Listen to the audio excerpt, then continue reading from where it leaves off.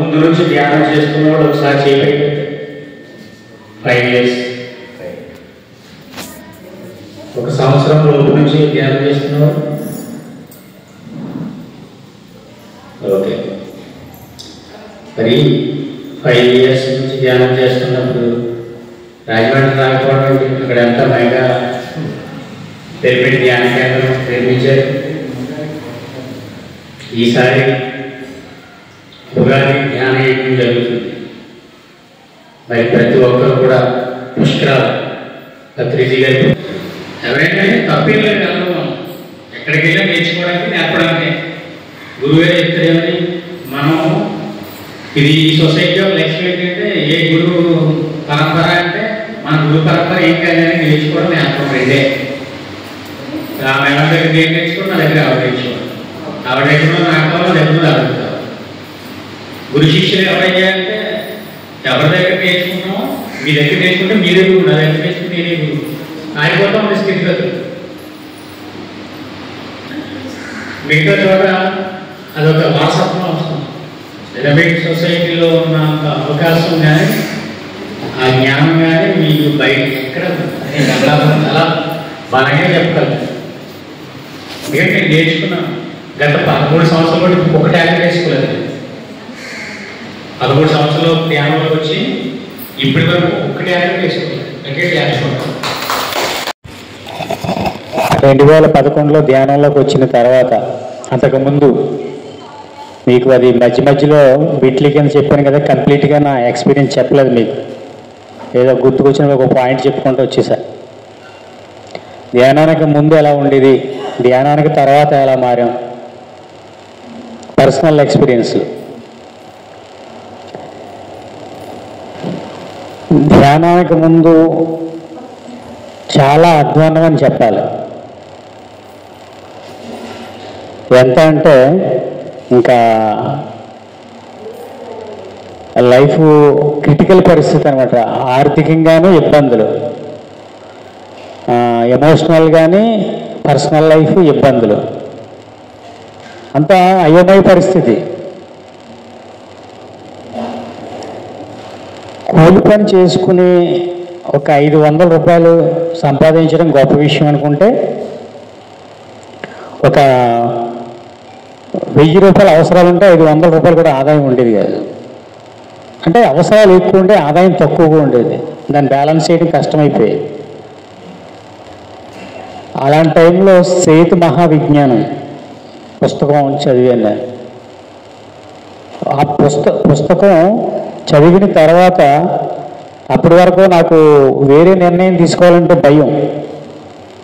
మనం ఏంటంటే కొత్త నిర్ణయాలు తీసుకోవాలన్నా, కొత్త కొత్త ఆలోచనలు చేయాలన్న భయం. ఆ పుస్తకం చదివిన తర్వాత నేను రియల్ ఎస్టేట్లోకి వెళ్ళాను.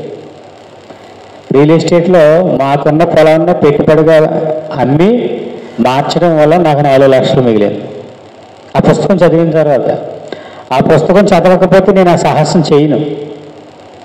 ఎందుకంటే పొలం అమ్మితే మళ్ళీ వస్తుందో రాదో ఉంటాయి కదా.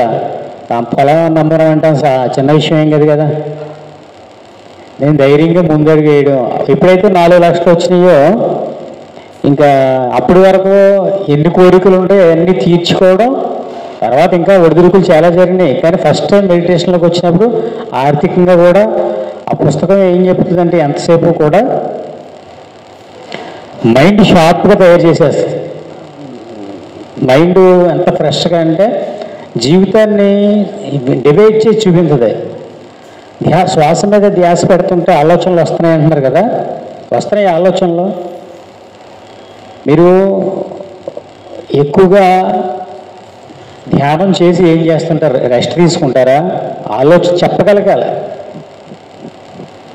మీరేంటంటే మాట్లాడుతూ ఉండాలి. ఎప్పుడు అవకాశం వచ్చినా ఏదైనా చెప్పమంటే రిహార్సల్ చేసినట్టుగా మాట్లాడడం అనేది ఒక కళ.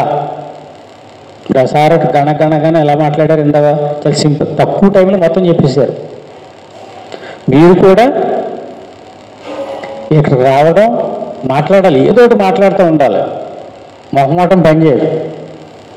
ఫస్ట్లో నేను అలాగే మాట్లాడడం కూడా ఏం మాట్లాడాలో తెలియదు. మొహమాటం ఎలా ఉంటుందంటే ఎంత భయంకరమైన వ్యాధి అంటే మొహమాటం ఒకడు దాహం వేసిందంట, వాళ్ళ ఊళ్ళో కుండలో మంచినీళ్ళు తాగేవాడట. దాహం వేసినప్పుడు ఏం అడగాలి? స్ట్రైట్ ఫార్వర్డ్ మంచినీళ్ళు కావాలని అడగాలి.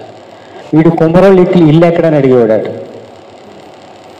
మొత్తం ఊరంతా పొద్దున్న నుంచి యావత్తోనే ఊరంతా తిరిగితే పలానా ఇది మొత్తం మీద కుమ్మరోళ్ళు ఇల్లు పట్టుకున్నాడు. కుమ్మరోళ్ళు ఇంటికి వెళ్ళిన తర్వాత కూడా మంచినీళ్ళు అడగట్లేదంట, కొండ ఎత్తుక్కుంటున్నాడట. దొంగడు అనుకోవాలి, మొహమాటలు అలా ఉంటాయి. అదేదో కుమ్మరోళ్ళు ఇల్లు కొండ ఇన్ని అడగక్కర్లే, స్ట్రైట్గా మంచినీళ్ళు అడిగితే ఎవరొకరు ఇస్తారు కదా. అంటే మన ఇంట్లో మనం ఎలాగైతే మంచినీళ్ళు తాగేవాళ్ళమో బయట కూడా అలాగే తాగుదాం అనుకుంటాం. అంటే మన ఆలోచన సరళని మార్చుకోం.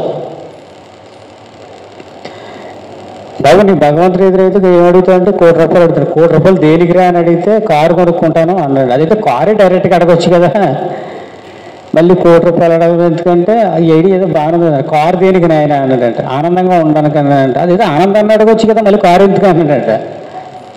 అంటే మనం స్ట్రైట్ నీ ముక్కు ఎక్కడంటే ఇలా చూపించినట్టు కాకుండా ఇదిగా అంటే అయిపోయాయి. ఇక్కడ ఆనందాన్ని తీసుకోవడానికి కూడా అనేక అడ్డంకులు పెట్టుకుని ఆనందాన్ని తీసుకుంటున్నాం. ఇది మనకి ఏది మనం ప్రకృతిలో అన్నీ ఉన్నాయి, తీసుకోవడం తెలాలి, మనం తీసుకోవడం తెలియాలి. నాకు ఒక ఎక్స్పీరియన్స్ చెప్తాను, మరి మీకు చెప్తాను పర్లేదు. ఇప్పుడు కాదు, ఛానల్ కింద ఎక్స్పీరియన్స్ అది. జనరల్గా ఇటువంటి ఎక్స్పీరియన్స్ క్లాస్లో చెప్పరు. మీరు ఎందుకో కొంచెం తెలివైన వాళ్ళకి కనపడుతున్నారా? ఎందుకంటే మనలో పవిత్ర భావాలతో నింపేశారు. పవిత్ర భావాలు అంటే ఏంటి? కొన్ని చెప్పచ్చు, కొన్ని చెప్పకూడదు, ఎడిటింగ్. కానీ మనసులో భావాలనేవి భావాలే. ఆలోచనలు ఉన్నాయంటే ఆలోచనలు వాళ్ళు ఒప్పుకున్న ఆలోచనే. సో నాకేంటంటే వశిష్ఠ గౌతమి పిరమిడ్ అన్నీ కంప్లీట్ అయిపోయినాయి. ఖాళీ సమయం ఉంది నా దగ్గర. ఏదో ఒక వర్క్లు కూడా సాటిస్ఫాక్షన్ అనిపించట్లేదు. జాబులు నేను ఏది కావాలో అది వచ్చేస్తుంది. ఎందులోకి వెళ్ళినా ఆహ్వానం ఉంది. ఒక జాబ్లోకి వెళ్ళినా, డ్రైవింగ్ ఫీల్డ్లోకి వెళ్ళినా, ఏ ఫీల్డ్లోకి వెళ్ళినా నాకు అవకాశం ఉంది, నేను చెయ్యగలను. ఎందుకంటే ఒక విషయాన్ని చూడగానే నేను దాన్ని మొదల సుతలా కనిపెట్టగలను. నేను చదువుకునేది 9th క్లాసే. నేను కొన్ని క్లాసులు స్కూల్ టీచర్స్ కూడా క్లాసులు చెప్పిన సందర్భాలు ఉన్నాయి. మొత్తం అందరూ క్లాస్ టీచర్స్ కూర్చున్నారు రామచోడవరంలోను. వాళ్ళందరూ MA BEd స్కూల్ టీచర్స్ అందరూ కూర్చుంటే వాళ్ళకి మైండ్ గురించి నేను చెప్పాను. లాస్ట్లో ఏం చదువుకున్నాను ఆయన అంటే 9వ తరగతి. అంటే ఎవరు మాట్లాడక సైలెంట్గా వెళ్ళిపోతున్నారు. అంటే భౌతికంగా చదువులు వేరు, ఆధ్యాత్మిక చదువులు వేరు. స్పిరిచువల్ జర్నీ అనేది మీకు PhD కాలేజీలు పెద్ద కేంబ్రిడ్జ్ అంటారు చూసారు, అటువంటి కాడికి వెళ్ళినా ఇది చెప్పరు, ఆత్మవిజ్ఞానం గురించి చెప్పరు. వాళ్ళకు సిలబస్ ఉంటుంది, అదే నేర్పుతారు. ఇదంతా ఉదర పోషణ కోసమే, ఆత్మపోషణ కోసం మీకు ఎక్కడ ఏ కాలేజీలో చెప్పరు. మీ పిల్లలు చదివిస్తున్నారా, పెద్ద చదువులు అన్నారా, మీకున్న జ్ఞానం వాళ్ళకు ఉండదు. ఎందుకంటే అక్కడ నేర్పరు ఇవి. అలాగా ఈ మానసిక శాస్త్రం గురించి ఏంటంటే ఈ సేతు పుస్తకం చదివిన తర్వాత కొన్ని పుస్తకాలు మన సొసైటీలో మీరు ఎందుకు చదవలేదో నాకు ఇప్పటికీ అర్థం కాలేదు. కానీ లైఫ్ని టర్న్ చేసేస్తే అన్నమాట పుస్తకాలే కంపల్సరీ చదవాల్సిన పుస్తకాలు. ఏది? మరణం లేని మీరు, లోపుసాగర్ రాంపదవి ఆయన. ఓషోది కనీసం 10 పుస్తకాలను చదవాలి. ఓషో 600 పుస్తకాలు ఉన్నాయి. మహిళ అనే పుస్తకం ఉంటుంది, అష్టావక్ర అని ఉంటుంది. అష్టావక్ర గీత ఓషోది. అష్టావక్ర గీత ఎలా ఉంటుందంటే భగవద్గీత కంటే టఫ్గా ఉంటుంది. భగవద్గీత మనకు కొంచెం అడ్జస్ట్మెంట్ ఉంటుంది. నువ్వు అలాగా చేసుకోవచ్చు, ఇలాగా చేసుకోవచ్చు. ఒక అప్పభావతగా అంటారు కదా, నువ్వు కావాలంటే ధ్యానం చేసుకోవచ్చు, ధ్యానం చేసినప్పుడు పూజ చేసుకో, ఏదో ఒక అడ్జస్ట్మెంట్ ఉంటుంది. అష్టావక్రకి అడ్జస్ట్మెంట్ ఉండదు. నువ్వు ఖచ్చితంగా ఆత్మజ్ఞానం కావాలంటే ధ్యానమే చెయ్యాలి అన్నట్టు ఉంటుంది అన్నమాట. వెరీ స్ట్రైట్ ఫార్వర్డ్ అష్టావక్రుడు. ఆయన మీద బుక్ రాసేది అద్భుతం. బుక్ ఫస్ట్ నుంచి లాస్ట్ వరకు ఏముంటుంది అనుకుంటారు? పదం ఒకే పదం మనకు తరచూ ఎదురవుతూ ఉంటుంది. ఏంటిది? సరిగ్గా ఇప్పుడే ఇక్కడే. ఏదైనా సరే నువ్వు కోటేశ్వరుడు అవ్వాలనుకుంటున్నావా ఇప్పుడే. మళ్ళీ దానికి నేను మూటలు మోస్తాను, నేను మళ్ళీ లేకపోతే వ్యాపారం చేస్తాను, ఇదేం కాదు. నువ్వు నమ్మితే ఇప్పుడే. నువ్వు భగవంతుడిగా మారాలనుకుంటున్నావా ఇప్పుడే. నీకు రోగం తగ్గిపోవాలనుకుంటున్నావా ఇప్పుడే.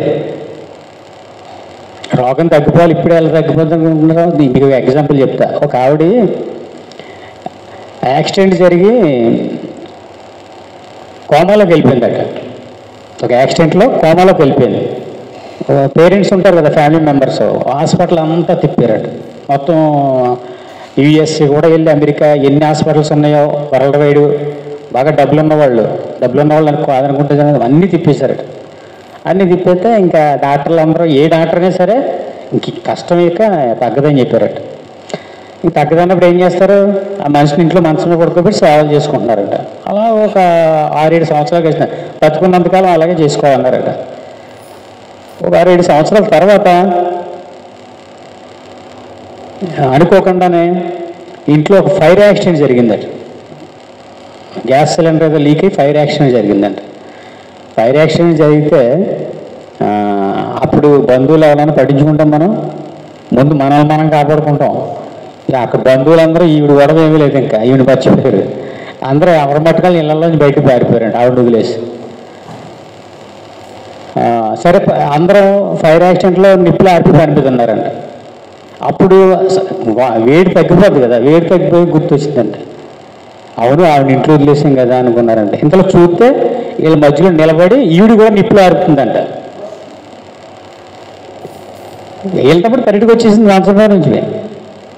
అప్పుడు ఇలా చూసాలో ఏంటి, ఎవరి వల్ల అవ్వలేదు, సడన్గా ఎలా లేచి వచ్చేసావు, నువ్వు చనిపోయే వరకు మంచం మీద ఉన్నారు కదా, కోమాలో ఉన్నావు కదా అన్నారంట. మళ్ళీ కోమాలోకి వెళ్ళిపోయిందంట. అంటే తన బతకాలు అనుకున్నప్పుడు అలా వచ్చాడు, మళ్ళీ గుర్తు చేశారు, మళ్ళీ నువ్వు పేషెంట్ కదా, మళ్ళీ కోమాలోకి వెళ్ళిపోయిందంట. ఏదైనా క్షణాల్లో మారిపోతుంది. ఒక ఆనందమైన, దుఃఖమైన, రోగమైన అంత భావన, ఆలోచన మీద డిపెండ్ అయి ఉంటుంది. ఇది అష్టావక్రుడు తరచూ చెప్తుంటాడు, నీకు ఏది కావాల్సినా సరిగ్గా ఇప్పుడే ఇక్కడే అంటాడు. మీకు ఇంకొక ఎగ్జాంపుల్ చెప్తాను, సేమ్ దీనికి సంబంధం. సరిగ్గా ఇప్పుడే ఇక్కడే ఏ విషయమైనా ధ్యానం నేర్చుకోవాలంటే కొంచెం సమయం పడుతుంది అంటారా, అంత టైం లేదు, అన్నీ ఇప్పుడే ఇక్కడే. ఒక రోజు భగవంతుడి దగ్గరికి వెళ్ళి దండం పెట్టుకుని, స్వామి నేను ఈ సంసారంతో ఏగలేకపోతున్నాను, నాకు ముక్తిని ప్రదర్శించండి అని రోజు అడిగేవాడట. రోజు అడిగితే గుళ్ళో ఆవిడంటే పంతులు గారిని ఈ రోజు ఇలాగ అడుగుతున్నాడు కదా అని చెప్పేసి ఒకరోజు విగ్రహం వెనక్కి వెళ్ళి, నాయన సాయంత్రం వచ్చి నాలో విలీనం చేసేసుకుంటాను అన్నాడు. సాయంత్రం వచ్చి, స్వామి నేను మా ఆవిడకు మాట చెప్పేస్తున్నాను అన్నాడు. అప్పుడు దాకా ఏం అడిగాడు,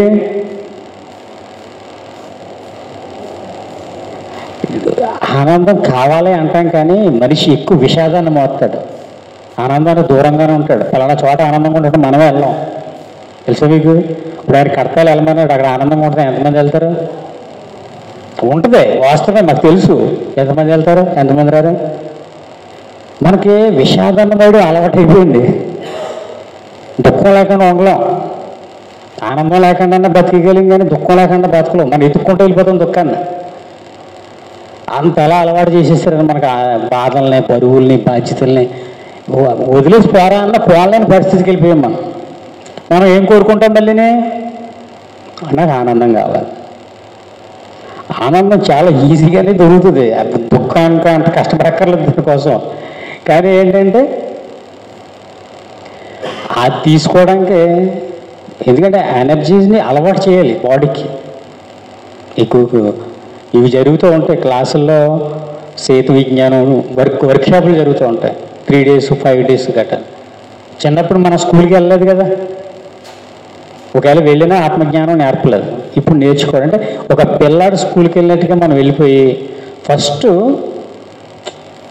వెళ్ళాలని పెట్టుకోవాలి. అక్కడ ఏమి నేర్చుకుంటామో పక్కన పెట్టండి. నేను ఒకసారి చూసాను, నేను ఒకసారి చేశాను అన్నారు. మనం పుట్టినప్పటి నుంచి తింటున్నాం భోజనం, నేను తిన్నాను కదా, ఈరోజు మానేయట్లేదుగా, మళ్ళీ మళ్ళీ ఎందుకు తింటున్నాం? అలాగే ధ్యానం అనేది చూసినా చెందినా మళ్ళీ మళ్ళీ పదే పదే అలాగే అలవాటుగా మారిపోయిందంటే ఇంకా తర్వాత మీరు చెయ్యమని చెప్పక్కర్లే. 41 days ఎంత పెడతారో అలవాటు చేయడానికి. 41 రోజు అలవాటు అయిన తర్వాత మేము ధ్యానం చేసేవాడు లేకు నువ్వు వెళ్ళన్నా కానీ ఇంటికి కూర్చుంటాడు. ప్రతిదీ ప్రోగ్రామింగ్, మైండ్ గేమ్. ప్రపంచాన్ని మీరు సరిగ్గా గమనించండి, అంత మైండ్ గేమే. ఇంతమంది మనుషులు, ఇన్ని జంతువులు, ఇంత టెక్నాలజీ ఉందా? ఒక్కడే శాసింతాడు. షేర్ మార్కెట్ తీసుకోండి, ఒక్కడ ఆడింతాడు. అందరూ ఎవరికాడు నేను ఆటగాడిని అనుకుంటాడు. ఒకడ ప్లాన్ వెనకాల ఖచ్చితంగా ఇంకొకటి ప్లాన్ ఉంటుంది, ఆడి ప్లాన్ వెనకాల ఇంకొకటి ప్లాన్, మల్టీ ప్లాన్ అంటారు. అలాగే ప్రతి జ్ఞానం నడిపించే జ్ఞానం ఒకటి ఉంటుంది. కానీ మనం ఏమనుకుంటామంటే పాత్రదారులు సూత్రధారులు అనుకుంటారు. భ్రమ ఏంటంటే ఇక్కడ అందరూ పాత్రదారులే, సూత్రధారులుగా ఫీల్ అవుతూ ఉంటారు అన్నమాట. ఇదంతా నా వల్ల నడుతుందని. ఒక్కోసారి మనకు తెలుస్తుంటుంది ఈ నాటకం నేను కాదనప్పుడు మనకి సిగ్గేసేస్తుంటుంది అనమాట. మనంతకు మనం చేస్తున్నాం అనుకున్నాం, ఇదే కథ అని అర్థమైనప్పుడు ఇంకా మనం ఆటలాడడం మానేస్తాం. అది ఇప్పుడు పాలిటిక్స్ ఉంటాయా మీరు సరిగ్గా గమనించండి. పాలిటిక్స్ ఎలా ఉంటాయి? ప్రతి ఒక్కళ్ళను ఫస్ట్ మనమే కోరుకుంటాం ఈ నాయకుడు కావాలని, ఈ నాయకుడు కావాలని. ఆ కారణం నుంచి ఎలక్షన్ అయిపోయినా మళ్ళీ మనమే తిడతాం. కారణం ఏంటి? వీడైతే ఏదో మన జీవితాల్ని ఎవడ మారుతాడు అనుకుంటాం. ఎవరి జీవితాన్ని మార్చడం. ఎప్పుడైనా గమనం పెట్టుకుని ఏ నాయకుడైనా సరే, ఎవరైనా సరే, ఎవరి జీవితాన్ని ఎవరు మార్చలేరు. భర్త జీవితాన్ని భార్య మార్చలేడు, భార్య జీవితాన్ని భర్త మార్చలేడు, పిల్లల జీవితాన్ని తల్లిదండ్రులు మార్చలేరు, తల్లిదండ్రుల జీవితాన్ని పిల్లలు మార్చలేరు. ఎవరికి వారే మారాలి.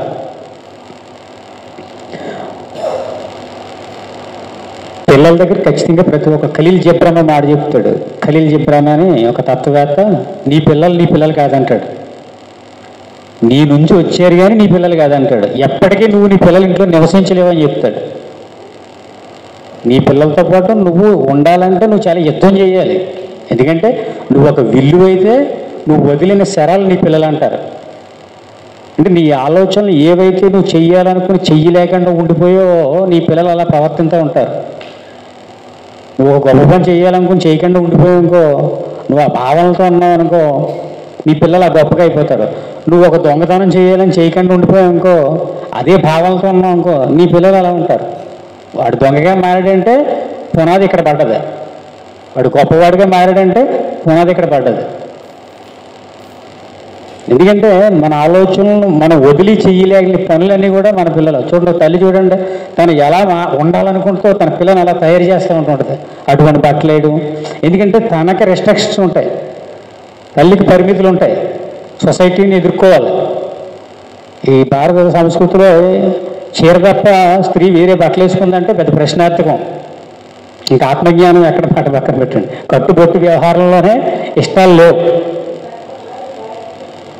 ఇప్పుడు అలా అని మానరు కదా, తన పిల్లని అలా తయారు చేస్తుంటుంది. భవిష్యత్తులో ఇలా ఉండాలి చూసి మురిసిపోతూ ఉంటాడు. తండ్రి ఏ వృత్తులు చేయలేకపోయాడో అవన్నీ కొడుకులు చేయమంటూ ఉంటుంటారు. అంటే కానీ ఎప్పటికీ కూడా పిల్లల ఇంట్లో తల్లిదండ్రులు నివసించలేరు.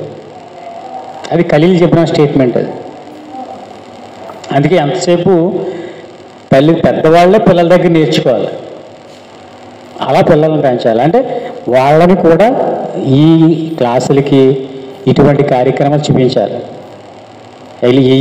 మన కడతాల్ ప్రోగ్రాం కానీ ఎక్కడెక్కడ పిరమిడ్లు ఉన్నాయో మనతో పాటు తీసుకెళ్ళాం అనుకో, మనం ఎలాగ ఈ తిరుపతులని ఇవన్నీ చూపించానే ఉంటాం కదా, అక్కడికి కూడా తీసుకెళ్తారు వాటితో పాటు. అప్పుడేమవుతుందంటే ఆ అట్మాస్ఫియర్ అలవాటు అవుద్ది. ఆ వాతావరణం ఏదైతే ఉందో అలవాటు చేయాలి. మన పెద్దవాళ్ళు ఏ అలవాటు చేశారో అవే కదా ఇప్పటికీ ఆచరిస్తున్నాం. మనం ధ్యానంలోకి వచ్చి మారి ప్రయత్నం చేస్తున్నాం తప్ప మన గతం మనల్ని వదులుతుందా? అదే వాళ్ళు సులువుగా బతకాలంటే ఈ వాతావరణాన్ని వాళ్ళకి అలవాటు చేయాలి పిల్లలకి. పిల్లలు వింటారు ఇప్పుడు మీరు పెద్దవాళ్ళ మాట. ఎందుకంటే ఆర్థికంగా వాళ్ళు నిలబడలేరు కాబట్టి పిల్లలు వింటారు చెప్పిన మాట. కాబట్టి పిల్లల్ని పైమా అని చెప్పేసి ఉంది. పైమా టీంలో జాయిన్ చేశారు అనుకో, వాళ్ళ ఆటలు ఎంత స్టేజ్ మీద చిన్న పిల్లలు ఎలా మాట్లాడేస్తారనుకుంటున్నారు? డాన్సులు వేసేస్తారు, నృత్యాలు చేసేస్తారు, సిగ్గు బిడియం ఉండవు. ఎందుకంటే చిన్నప్పటి నుంచే అలవాటు చేశారు ఇంకో పెద్దవాళ్ళు అయిన తర్వాత కూడా ఆటోమేటిక్గా చేసేస్తారు. మనకు చిన్నప్పటి నుంచి నృత్యం, సంగీతం ఇవేమి నేర్పించలేదు. ఎంతసేపు ఏదో కష్టపడడం, పెళ్లి చేసుకుని సంసారం చేసుకోవాలి కాబట్టి నువ్వు ఏదో జాబ్ ఎత్తుక్కో, నువ్వు వంట ఆడవాళ్ళు కాబట్టి మీరు వంట నేర్చుకోండి అని చెప్పారు. ఇప్పుడు ఒకరు మార్చుకోవచ్చు. ఏ పని ఎవరైనా చేయొచ్చు.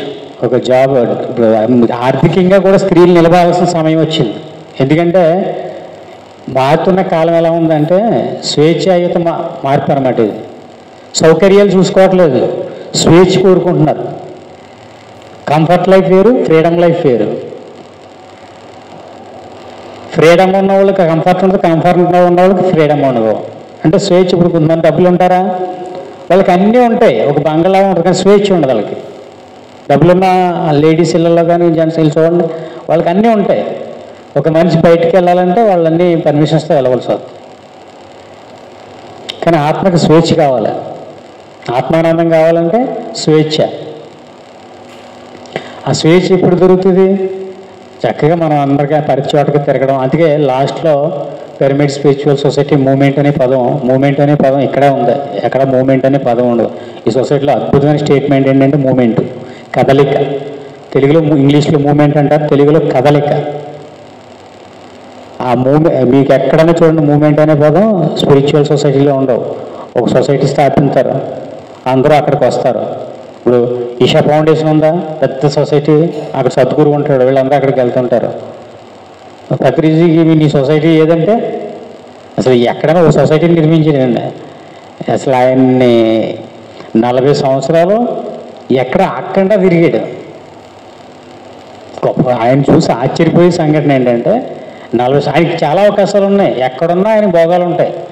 కానీ ప్రతి క్షణాన్ని ఎంతలా ఆస్వాదించేటంటే ఆయన 40 ఆయన పిఎస్ఎస్ మొదలెట్టిన కానీ ఆగలేదు ఎక్కడ. ఆయన తిరగని గ్రామం లేదు. ఇక్కడ ఎవరింటికి వెళ్ళినా మా ఊరు మీరు చెప్తున్నారా 4-5 సార్లు వచ్చారని, 5 సార్లు 6 సార్లు వచ్చారని చెప్పారా? అలాగే ప్రతి గ్రామం కూడా మమ్మల్ని కలిసి అలా కలిసిన వ్యక్తి ఇవాళ ప్రధానమంత్రి లేడు. ఒక ప్రధానమంత్రి కూడా వాటర్ని కలడం, ఏదో కొంతమందికి హాయి ఇలా చెప్పుకుంటూ పోతారు. కానీ ఏమీ లేనివాడు ఇంటికి వెళ్తాడు, ఉన్నవాడు ఇంటికి వెళ్తాడు. ఈ మంచమే పడుకున్నారంటారు, ఎక్కడ తిరిగాడు అంటారు. ఎక్కడికి వెళ్ళండి, మీరు ఏ ఊరు వెళ్ళండి, మేము ఏ క్లాస్కి వెళ్ళినా సరే మా ఊరు వచ్చారు, మా ఊరు ఎలా సాధ్యం? ఒక మనిషి సిటీ సాయిబాబు 7 చోట్ల కనపడ్డాడు, 6 చోట్ల కనపడ్డాడు. ప్రతి గురువు గారు 2 ఇలా ఈయన అలా కాదు.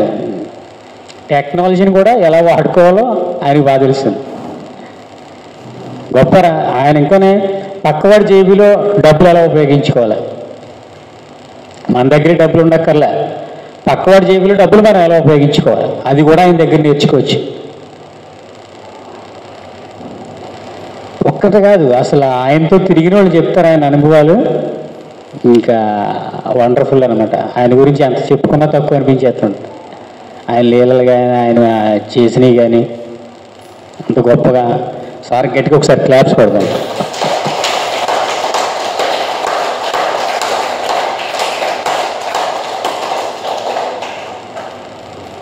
సో అలాగా ఓషో రజనీస్ అష్టావక్ర గీత చదవండి అవకాశం ఉంటే. సరిగ్గా ఇక్కడే ఏదైనా సరే, ఇంక ఇది అది అని కాదు, ఒక థర్డ్ ఐ ఓపెన్ అవ్వాలన్నా,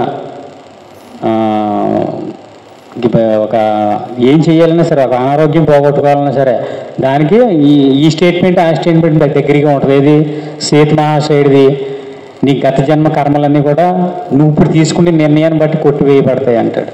నువ్వు ఇప్పుడు ఒక నిర్ణయం తీసుకున్నావు అలా ఉండాలన్నమాట. నిర్ణయాలు తీసుకోవాలి.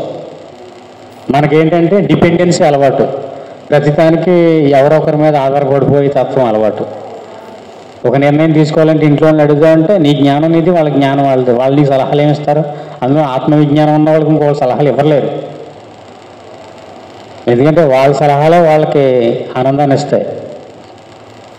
కాబట్టి అదొకటి. ఈ మన సేతు బుక్ అన్నది ఒకటి, మరణం లేని మీరు బుక్ అన్నది ఒకటి, మిర్దాద్ బుక్ ఒకటి ఉంది, మిర్దాద్. ఇలాగ కొన్ని నేను చదివినవి అంటే 30-40 పుస్తకాలు ఉంటాయి, అద్భుతమైన పుస్తకాలు, ఒక్కొక్కటి ఒక్కొక్క జ్ఞానం. రిచర్డ్ బాక్ అనే ఆయన ఉంటాడు. ఆ పుస్తకాలు ఎలా ఉంటాయంటే ఆయన ఒక స్టేట్మెంట్ చెప్పుకుందాం. అయింది నీకు ఎంత అన్యాయం జరుగుతుందో నువ్వు ఫీల్ అవుతున్నావు, నీలో అంత అజ్ఞానం ఉందంటాడు. చాలామంది చెప్తుంటారు కదా, నాకు ఆ అన్యాయం జరుగుతుంది, నాకు ఈ అన్యాయం జరుగుతుందండి, నా భర్త మోసం చేశారు, పుట్టింటోళ్ళు మోసం చేశారు, పిల్లలు మోసం చేశారు, అప్పులోళ్ళు మోసం చేశారు, ఇవన్నీ చెప్తూ ఉంటారు, కంప్లైంట్లు ఇస్తుంటారు కదా. అప్పుడు ఆయన ఏమంటాడు తెలుసా, నీకెంత నిన్ను ఎవరైనా మోసం చేస్తున్నారంటే నీకు అంత అజ్ఞానం ఉందని చెప్తాడు. అంటే ఇక్కడ మోసం అనేది లేదు, అంతా నేర్చుకోవడమే. నిన్ను ఎవరైతే మోసం చేశారో వాడు నీ గురువు. నువ్వు వాడు చేసిన మోసం ద్వారా నువ్వు నేర్చేసుకోవాలి. అక్కడ నేర్చుకోవాల్సింది ఉన్నప్పుడే నేను మోసం చేయగలుగుతాడు. ఆడి నిన్ను ఎలా మోసం చేసాడో తెలుసుకున్నావు అనుకో, నువ్వు మళ్ళీ మోసపోవు, నీకు ఆ పాఠం వచ్చేస్తుంది. ఇంకో స్టేట్మెంట్ ఏం చెప్తాడంటే ఆయన, నీ జన్మ ఇంకా పూర్తి కాలేదంటే దానికి ఆనవాళ్ళేంటో తెలుసా అంటాడు. నువ్వు చేయాల్సిన పనులు ఇంకా నువ్వు ఇంకా భూమి మీద బతుకున్నావంటే నీ ప్రాణాలకు ఇంకా పూర్తి కాలేదంటాడు.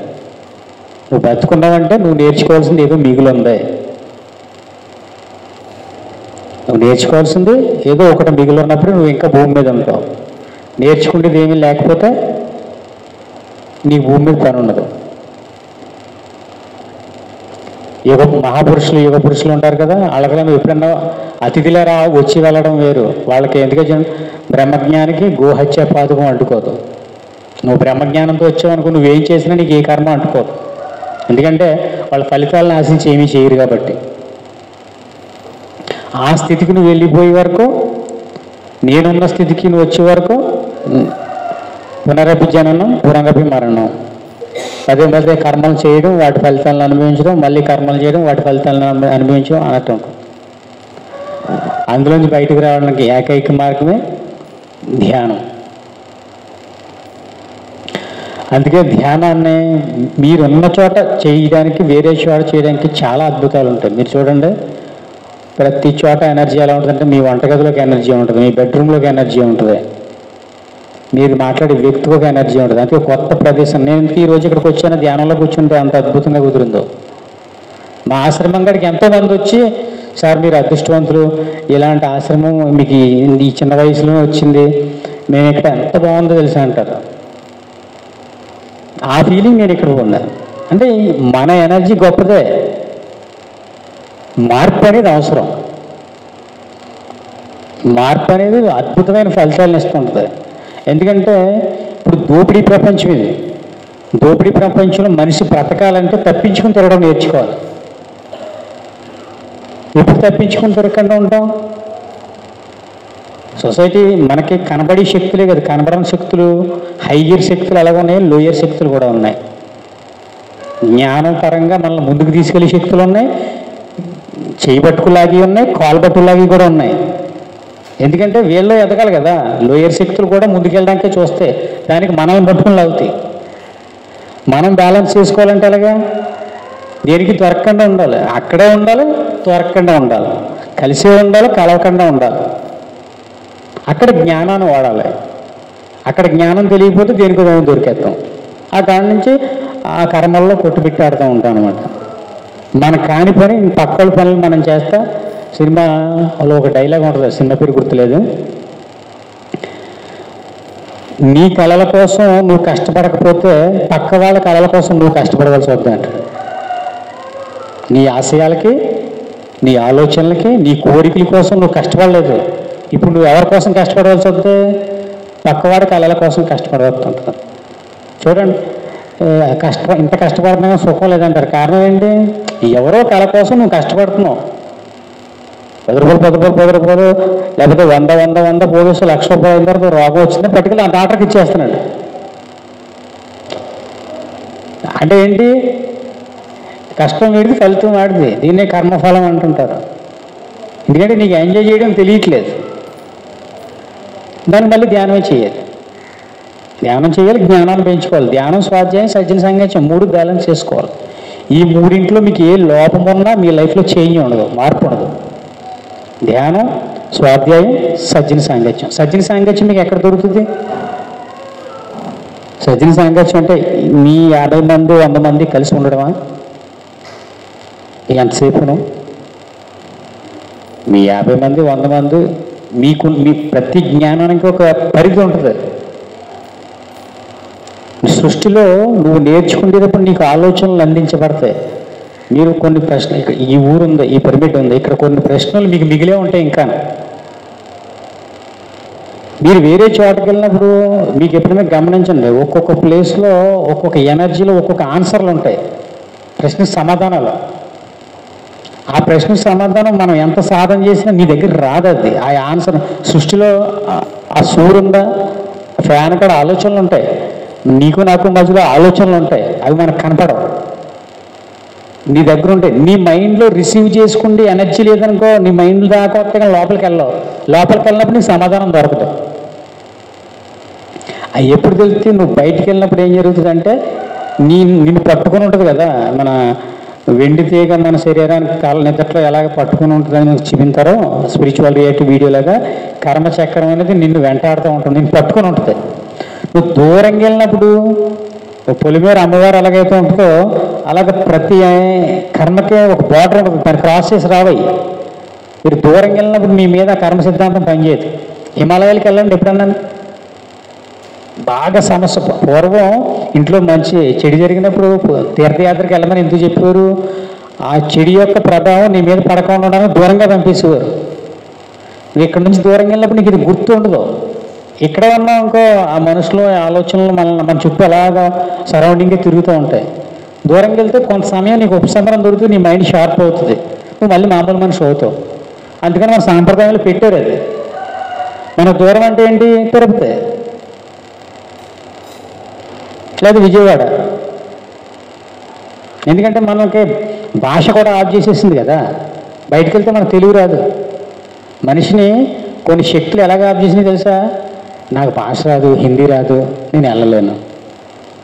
నువ్వు వెళ్తే జీవితం నేర్పుతుంది, నీకు కావాల్సింది నీకు ఎత్తదే. ఆలోచనకి ఆ పవర్ ఉంది, భాషకు మించింది ఆలోచన. భాషకు భావాన్ని అల్లిది భాష, కానీ భావానికి భాష ఉండదు కదా. అది నీకు బయటికి ముందు వెళ్ళాలి, ఒక అడుగు వేయాలి. మనం ఏం చేస్తాం? ఈ తెలుగు వాళ్ళందరూ తెలుగు రాష్ట్రాల పుణ్యక్షేత్రాల చుట్టూ మాత్రమే తిరుగుతారు. మహా అయితే ఇలాగ అన్నవరం, తిరుపతి, ఇక్కడికిక్కడ ఈ జీవితకాలం అంతా తిరుగుతూ ఉంటారు. అప్పుడు ఏమవుతుంది? మీ చుట్టూ అదే ఎనర్జీ ఫామ్ అవుతూ ఉంటుంది. మీరు ఒకసారి హిమాలయాలకు వెళ్ళారనుకో, ఆ ఎనర్జీ రిసీవింగ్ మీకు తెలుస్తుంది. ఒకసారి ద్వారకా వెళ్ళారనుకో, ఆ ఎనర్జీ రిసీవింగ్ మీకు తెలుస్తుంది. ఒకసారి ఇలాగ అస్సాం వెళ్ళారనుకో, మేఘాలయ కానీ ఇలాగా. చార్ధం అంటే ఏంటి? పూర్వం చార్ధం యాత్ర చేసి రమ్మనేవారు, సంసార జీవితం ముగించుకున్నారు. చార్ధం అంటే మీరు ఇక్కడ ద్వారకా, అటేమో కేదార్నాథ్, ఇటేమో రామేశ్వరం, ఇటేమో పూరి. దేశానికి 4 దిక్కుల్లో ఉన్నదాన్ని చార్ ధామ్ అంటే యాత్రలు. చార్ధామ్ అంటే బద్రీనాథ్, కేదార్నాథ్, యమునోత్రి, గంగోత్రి కాదు. మెయిన్ చార్ధామ్ ఏంటి? 4. ఈ 4 కాలినడకి వెళ్ళేవారు. అంటే మెయిన్ క్షేత్రాలు చూసి గ్యాప్లో చిన్న చిన్న క్షేత్రాలు ఏవైతే ఉన్నాయో అన్నీ సందర్శించుకుంటూ వెళ్ళేవారు. ఈ 4 తిరుగుతులోకి వాళ్ళ జీవితం ఆనందంగా ముగిసిపోయేది. ఈ కాశీ మజిలీ కథలాగా ఈ మధ్యలో ప్రయాణంలో కలుస్తారు కదా మనుషులు, సంబంధం లేని వ్యక్తి కలుస్తారు. సంబంధం లేని వ్యక్తి కలిసినప్పుడు మన దగ్గర నిజాలు వచ్చేప్పుడు బయటికి తెలిసిన వ్యక్తి దగ్గర ఒక లెవెల్ మెయింటైన్ చేస్తాం, ఎందుకంటే మన హోదా తగ్గకుండా. ఈ యాత్రలో కొత్త వ్యక్తిని కలిసినప్పుడు నిజాలు చెప్పేస్తాం, ఎందుకంటే మళ్ళీ మన కలలు కదా, లోపల ఎమోషన్ జీరో అయిపోతుంది. మన భావాన్ని పక్క వాళ్ళతో పంచుకున్నప్పుడు మన లోపల నుంచి బయటకు పోతుంది. భార్య భర్తలతో కూడా పంచుకోలేని ఉంటాయి. భార్య భర్తకు చెప్పుకోలేదు, భర్త భార్యకి చెప్పుకోలేదు, తల్లి పిల్ల చెప్పుకోలేదు, పిల్ల తల్లి చెప్పుకోలేదు, గురువు శిష్యుడు చెప్పుకోలేదు, శిష్యుడు గురువు చెప్పుకోలేడు. ఎందుకో మళ్ళీ ఇంకొకళ్ళు చెప్పేస్తే నా పరుగు పోద్దాము. ఇలాంటి ఎన్నో భావాలు మన లోపల నిక్షిప్తమై ఉంటాయి. అవన్నీ ఎప్పుడు పోతాయి? ఈ తీర్థయాత్రలో ఒక కొత్త వ్యక్తి పరిచయం అయినప్పుడు ఆయన మీకు ఏదో చెప్తాడు, మీరు ఆయనకి ఏదో చెప్తారు, ఆయన దారిని ఆయన వెళ్ళిపోతారు, మీ దారిని మీరు వెళ్ళిపోతారు. ఈ లోపల జీరో అయిపోతారు. అప్పుడు మీరు తేలికైపోతారు. ఒక మిరపకాయ బజ్జీ తినాలని ఉంటే మళ్ళీ జన్మ తీసుకోవాల్సి ఉంటుంది. ఈ మిరపకాయ బజ్జీ తినాలని ఉంది, తినలేదనుకో మిరపకాయ బజ్జీ తీసుకోవడం జన్మ తీసుకుంటాం. మళ్ళీ ఈ కోరిక మిగిలిపోయి ఉంది. అప్పుడు ఏమవుద్ది? మిరపకాయ బజ్జీ కోసం వచ్చిన వాళ్ళు మిరపకాయ బజ్జీ తినేసి వెళ్ళాం కదా, మళ్ళీ కొత్త తగిలించుకుంటాం. అందుకే ప్రతి దాన్ని ఆస్వాదించాలి లైఫ్లో. ఇది చిన్న కోరికే కదా అని అనుకోదు. నీకు ఆ క్షణంలో అనిపించింది అనుకో, నలుగురు చూస్తున్నారేమో, ఏమన్నా అనుకుంటారేమో, ఇవన్నీ ఈ మొహమాటం లేకుండా మీకు ఏది చెయ్యాలనిపిస్తుంది అలా చేసుకుంటూ వెళ్ళిపోతాం. ఇంకో కొంతకాలం మీకు ఇంక అనిపించదు, జీరో అయిపోతారు మీరు, ఎంటీ మైండ్ అయిపోతుంది. ఎంటీ మైండ్ ఖాళీ. చిన్నపిల్లడి మనస్తత్వం ఎలా ఉంటుంది? మీరు చిన్నప్పుడు ఎలాగున్నారో ఒక 60-70 ఏళ్ళు మీ సంసార జీవితం అవుతుంది, మళ్ళీ జీరో అయిపోవాలి. మీరు ఫస్ట్ ఎలా అయితే భూమి మీదకి వచ్చారో వెళ్ళేటప్పుడు అలాగే అయిపోవాలి. వచ్చేటప్పుడు తేలిగ్గానే వస్తున్నాం, మళ్ళీ వెళ్ళేటప్పుడు బరువుగా వెళ్తున్నాం. బరువుగా అంటే ఏంటి? వదలడం ఇష్టం లేక అన్నీ ఇది నాది, అది నాది, ఇది నాది, ఇది ఎలా ఉంటుంది, నేను లేకపోతే వీళ్ళు ఎలా బతుకుతారు, అలా బతుకుతారు. ఏ సంసారం అయినా అయిపోయిందా? ఎంతమంది పుడుతున్నారు, చనిపోతున్నారు. అది చనిపోయినండి వెనకాల ఎలా చక్క పెట్టుకుంటున్నారు, ముందని సాగనంపేసి మిగతాన్ని చక్కదిద్దుకుంటున్నారా? అంటే ఏంటి? ఏది ఆగదు ఇక్కడ. మనం అనుకుంటాం అంతే, నేను లేకపోతే నా భార్య ఎలా బతుకుతుంది, నా పిల్లలు ఎలా బతుకుతారో, నేనున్నాను కాబట్టి ఇవన్నీ చేసుకెళ్తున్నాను అనుకుంటాను. నువ్వు లేకపోయినా అలా హ్యాపీగానే ఉంటారు. నీ కర్మని నీ అనుభవం పొందడానికి నువ్వు వాళ్ళని సెలెక్ట్ చేసుకున్న తప్ప నువ్వు లేకపోతే నీ గొడవ ఉండదు ఇక్కడ. మనం అనుకుంటాం అంతే, ఈ బరువు అంతా మనం మనం లేకపోతే ఈ అసలు మీరు ఎప్పుడైనా గమనించండి, ఎలా వచ్చామో అంత ఫ్రీగా. అది మనకు అర్థమైనాడు ఏం చేస్తామంటే ఎక్కడిదక్కడ వదిలేసి ఎక్కడికైనా వెళ్ళగలుగుతాం. లేకపోతే నేను వెళ్ళానంటే ఆవుని ఎవరు చూసుకుంటారు, గేదెని ఎవరు చూసుకుంటారు, పిల్లల్ని ఎవరు చూసుకుంటారు, మా ఆయన భోజనం వండాలి, ఇవన్నీ ఉంటాయి. అవన్నీ మనం జీవన్ముక్తి అంటే అదే, బ్రతుకుండగా ప్రతిదీ నేర్చుకోవడానికి. ఈ భూమి మీద కేవలం అనుభవాల కోసం మాత్రమే మనమందరం వచ్చాం ఇక్కడికి. ఒకళ్ళొకళ్ళు అనుభవాలు పొందడానికి, భార్యతో భర్త, భర్త ద్వారా భార్య, తల్లి పిల్ల, ఈ బంధాలన్నీ కూడా తెచ్చుకున్నాం. కానీ అది బంధాలు చూస్తే పర్లేదు కదా, బంధమే నేను అనేసుకుంటాం వల్ల ఇబ్బంది. అలాగా ఈ గురువుల పుస్తకాలు చదవడం ద్వారా ఎంత అద్భుతమైన జ్ఞానం అంటే స్వాధ్యాయం. సజ్జన సాంగత్యం అంటే అర్థమైంది కదా. ధ్యానం అంటే మీకు శ్వాస మీద ధ్యాస అల్టిమేట్. మీకు ఎన్ని ధ్యానాలన్నా ఉన్నాయండి, సులువైన ధ్యానం శ్వాస మీద ధ్యాస, మీకు ఆల్రెడీ తెలుసు. అది స్వాధ్యాయం వల్ల లాభాలు అవి, పుస్తకాలు చదవడం వలన. సజ్జన సాంగత్యం వల్ల లాభాలేంటి? సత్యం, మనకు తెలియని విషయం ఎవరి దగ్గర ఉందో తిరగడం, ప్రతి చోటకి వెళ్ళడం, వేసుకోవడం, ఈ 3 బ్యాలెన్స్ చేస్తే మీ జీవితం పరిపూర్ణం. లేదు నేను ఇక్కడే ఉండి నేర్చుకుంటానంటే నేర్చుకోవచ్చు, కానీ అసంపూర్ణం. ఎందుకంటే జ్ఞానం నేర్చుకోవడం ఒక ఎత్తు, మనకి తెలిసిన జ్ఞానం నేర్పుతున్నప్పుడు ఏమవుతుందంటే మనకు కొత్త జ్ఞానం అందుతుంటుంది. ఎందుకంటే మనం ఎప్పుడైనా గమనించండి, ఒక విషయాన్ని పక్కోళ్ళు చెప్తున్నాం, ఇంకోటి ఒక కొత్త ప్రశ్న వేస్తాడు, దానికి మన దగ్గర సమాధానం లేదు, ఇంకో తెలుసుకుంటే ప్రయత్నం చేస్తాం. మన దగ్గర సమాధానం లేనప్పుడు దానికి సమాధానం ఏమేమింటుందని ఎవరిని అడిగితే తెలుస్తుందని ఆయన ఫోన్ చేసి అడుగుతాం. అప్పుడు ఏమైంది? మనం కూడా నేర్చుకోవడం జరిగింది కదా. అంటే ముందు మనకి ఎంత జ్ఞానం ఉంటే అంత జ్ఞానాన్ని పక్కోళ్ళు చెప్పేయాలి. లేట్ చేయకూడదు, జ్ఞానం పంచీకాడు ఎప్పుడు లేట్ చేయకూడదు. మీకు తెలిసిన విషయాన్ని, కొత్త విషయం తెలిసిందనుకో, ధ్యానం చేయడం వల్ల ఈ లాభాలు ఉందమ్మా, ఇలా ధ్యానం చేయడం వల్ల అనారోగ్యం తగ్గుతుంది, ఇవన్నీ చెప్పేస్తున్నారు. ఇంకో చెప్పి మీరు పంచి కొలితే పెంచబడతాం అంటే అదే, ನೀವು ఒక విషయాన్ని పక్క వాళ్ళు చెప్పేసి కొద్దీ మీకు కొత్త జ్ఞానం అందుతూ ఉంటుంది. మీకు కొత్త జ్ఞానం అంది కొలిది మీ కర్మలు దగ్ధమవుతూ ఉంటాయి. అంటే ఏంటి? మీరు అసలు జీవితంతో ఎలా ఆడుకోవాలో తెలిసిపోద్ది. అప్పుడు దాకా మనసు మీతో ఆడుకుంటుంది, అక్కడ నుంచి మనసుతో మీరు ఆడుకుంటారన్నమాట. ఒక యోగికిని మామూలుడికి తేడా ఏంటో తెలుసు. మామూలు మనిషికి ఒక రాజుకి ఒక డౌట్ వచ్చి, ఈ డౌట్ వచ్చిందట ఒక మహారాజుకి. జనం అందరూ పలానా చోట గురువుగారు వచ్చారంటే వెళ్ళిపోతున్నారంట అందరూ. ఈ రాజుగారు ఏంటి గురువుగారు అంటున్నారో, మన దగ్గర లేని ఆడి దగ్గరే ఉందని డౌట్ వచ్చిందంట రాజుగారికి. డౌట్ వచ్చి సరే ఒకసారి ఆయన తీసుకురండి పంపించాడంట. ఆయన కూడా వచ్చాడంట, గోసి పెట్టుకుని ఉన్నాడంట. వచ్చిన తర్వాత టెస్ట్ పెడతారు కదా, ఆయనకి మంచి విందు భోజనం ఏర్పాటు చేసి అన్ని రకాలు వండి పెట్టి, మందు విందు పొందు అన్నీ ఒక చక్కటి అమ్మాయిని తీసుకొచ్చి నృత్యం చేయించి అన్నీ చేయించాడంట. ఆయన కూడా చక్కగా భోజనం చేసాడంట. అమ్మాయి అక్కడ డ్యాన్స్ చేస్తుంటే ఇలా పడుకుని అంత ఆనందంగా చూసాడంట. అన్నీ ఎంజాయ్ చేస్తాయి. రాజుగారు ఇచ్చిన బట్టలు కట్టుకున్నాడంట, జాగ్రత్తగా అన్నీ అనుభవించేస్తున్నాడంట. ఏంటి నేను చేసి అన్నీ ఈడు చేస్తున్నాడు కదా, ఏంటి ఈయన గొప్ప విషయం ఏమిందని చెప్పి మనసులో అనుకుంటున్నాడంట. అప్పుడు తెగించి అడిగాడంట, ఏంటంటే గురువుగారు మీకు నాకు తేడా, జనం అందరూ అక్కడ పలానా గురువుగారు వచ్చారంటున్నారు, నా దగ్గర ఇవన్నీ ఉన్నాయి, మీ దగ్గర ఏమీ లేదు, ఏంటి మీకు నాకు తేడా అంటే చెప్తాను రా అన్నాడంట. చెప్తాను రా అంటే సరే అని వెళ్ళాడంట. రాజుగారు ఇచ్చిన బట్టలన్నీ ఇప్పేసి ఆయనకి ఇచ్చేసి అక్కడ గోషి ఉంటే పెట్టుకుని కళ్ళు మూసుకుని ధ్యానంలో కూర్చున్నాడంట. ఇంకో గోషి తీసి రాజుగారికి ఇచ్చి పెట్టుకోండి, మీరు కూడా కూర్చోండి అన్నాడంట. అయ్యే నేను కూర్చోండి, నేను రాజుగారిని నేను గోషి పెట్టుకున్నాను.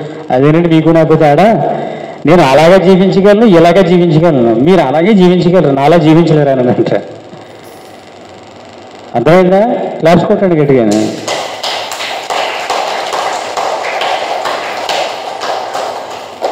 యోగత్వం అంటే వదిలేసుకోవడం, జీవితాన్ని త్యజించేయడం, నిగ్రహంతో మనకి ఇష్టాలను చంపేసుకోవడం ఇవేమీ కాదు. మీకు నచ్చిన దాంతో హ్యాపీగా ఉంటుంది. ధ్యానం చేస్తే ధ్యానాన్ని చాలా సులువుగా చెప్పాలి. మనం కొంతమంది ధ్యానం గురించి చెప్తారు, ఇంక మళ్ళీ మనం ధ్యానం చేయాలనిపించితే ఇంకా బాబు ఇవన్నీ చేయాలా, ఎందుకు వచ్చిందో నేను ధ్యానం చేయనంటాడు. ధ్యానాన్ని అరటిపండు వలసి నోట్లో పెట్టినట్టు అందించేసాడు పత్రిజీ. లేకపోతే ఇంతమందికి ధ్యానం అందదు. పతంజలి ధ్యానం గురించి నేర్పించాడు. మళ్ళీ ఎవడన్నా ధ్యానం కాడికి వెళ్ళాలంటే అళ్ళిపోయేవారు. అసలు ఈ ధ్యాన మార్గాన్ని పతంజలి కనుక్కున్నదే, బుద్ధుడు పతంజలి వీళ్ళు కనుక్కున్నదే ధ్యాన మార్గాన్ని. ఆయన ఏం చేయలేదు, జస్ట్ కీ పాయింట్ అంటారు కదా, యమ నియమాలు ఉండి ముందు, తర్వాత ఏమో ఆసనం ధ్యానం గురించి ఉండి, ఆయన దగ్గరికి వెళ్ళాలంటే ముందు రూల్స్ చెప్పేవాడు పతంజలి. అవి పాటించిన లోపలికి రమ్మని ధ్యానం నేర్పేవాడు. పత్రిక ఏం చేసాడు, యమనియలు పక్కన పెట్టేసి ముందు ధ్యానాన్ని అందించేశాడు. వీళ్ళు ఏం చేశారంటే ముందు ధ్యానం అనేది కళ్ళు మూసుకు కూర్చోవడమే కదా అని చెప్పి కళ్ళు మూసుకు కూర్చుని మొదలెట్టారు. అది అలవాటు అయిపోయింది. అలవాటు అయిపోయిన తర్వాత అసలు కాదు మొదలవుతుంది. ఆ కారణం నుంచి మనం మార్చుకోవడానికి ధ్యానంలో ముందుకెళ్ళలేక, అలాగే ధ్యానాన్ని వదలలేక అప్పుడప్పుడు కనపడిపోవడం, ఇవన్నీ ఎందుకు చేస్తుంటాం? ఇందులో బాగుందని అర్థమైపోయింది, కానీ మనం లైఫ్ స్టైల్ మార్చుకోవాలి. అలాగే ఇలా ప్రతి చోట ధ్యానం ఉంది. ఇంతమందికి ఎలా అందింది? చిన్న కీ అంతే. ఆ రూల్స్ అన్ని పక్కన పెట్టాడు, ముందు ధ్యానాన్ని ఇచ్చేసాడు అంతే. ఏ నియమ నిబంధనలు లేకుండా. నియమ నిబంధనలు తర్వాత ఎలాగే ఉంటాయి, అసలు తర్వాత వస్తాయి. మనం ధ్యానం చేసిన మనల్ని మనం చిక్కుకుంటూ ఉంటాం అనమాట. ఎవరినైనా చెప్తే మనం వినంగానే మనకు బాధ అనిపించినట్టు తెలుస్తుంది కదా, ఇక మనం మారకపోతే కుదరదు అన్న పరిస్థితి ఒకటి వస్తుంది. అప్పుడు మారుతాం అనమాట.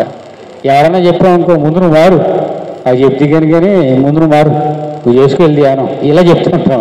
మన లైఫ్లో సరైన కష్టాలు ఎదురైనప్పుడు మళ్ళీ కళ్ళు మూసుకు కూర్చుంటుంటాం. అంటే ఇక్కడ ఏంటంటే ఎవరు బెల్ట్ తీసుకున్నాడు కొట్టేసుకోవడమే, ఇంకొకరు కొట్ట మనల్ని, ఇక్కడ ఇంకొకరు ఎవ్వరు మనల్ని ఏమండవు. ఎందుకంటే ఇక స్వేచ్ఛ. ఎందుకంటే మొన్న వచ్చి యాలెంతూ రాలేదు ధ్యానానికంటే ఆడిష్టం, అది ఉత్పత్తులు లేకపోతే లేదు.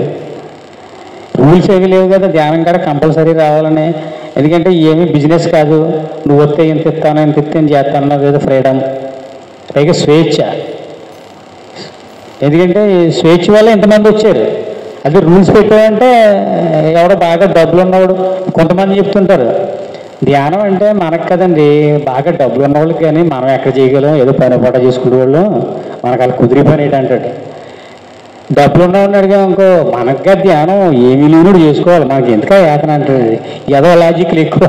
లాజిక్లు ఎలా ఉంటాయంటే, మొన్న ఒక పాస్టర్ గారు ఊరే ఇక్కడ దగ్గరే ఒంగోలు అట రంగంపేట వచ్చాడు.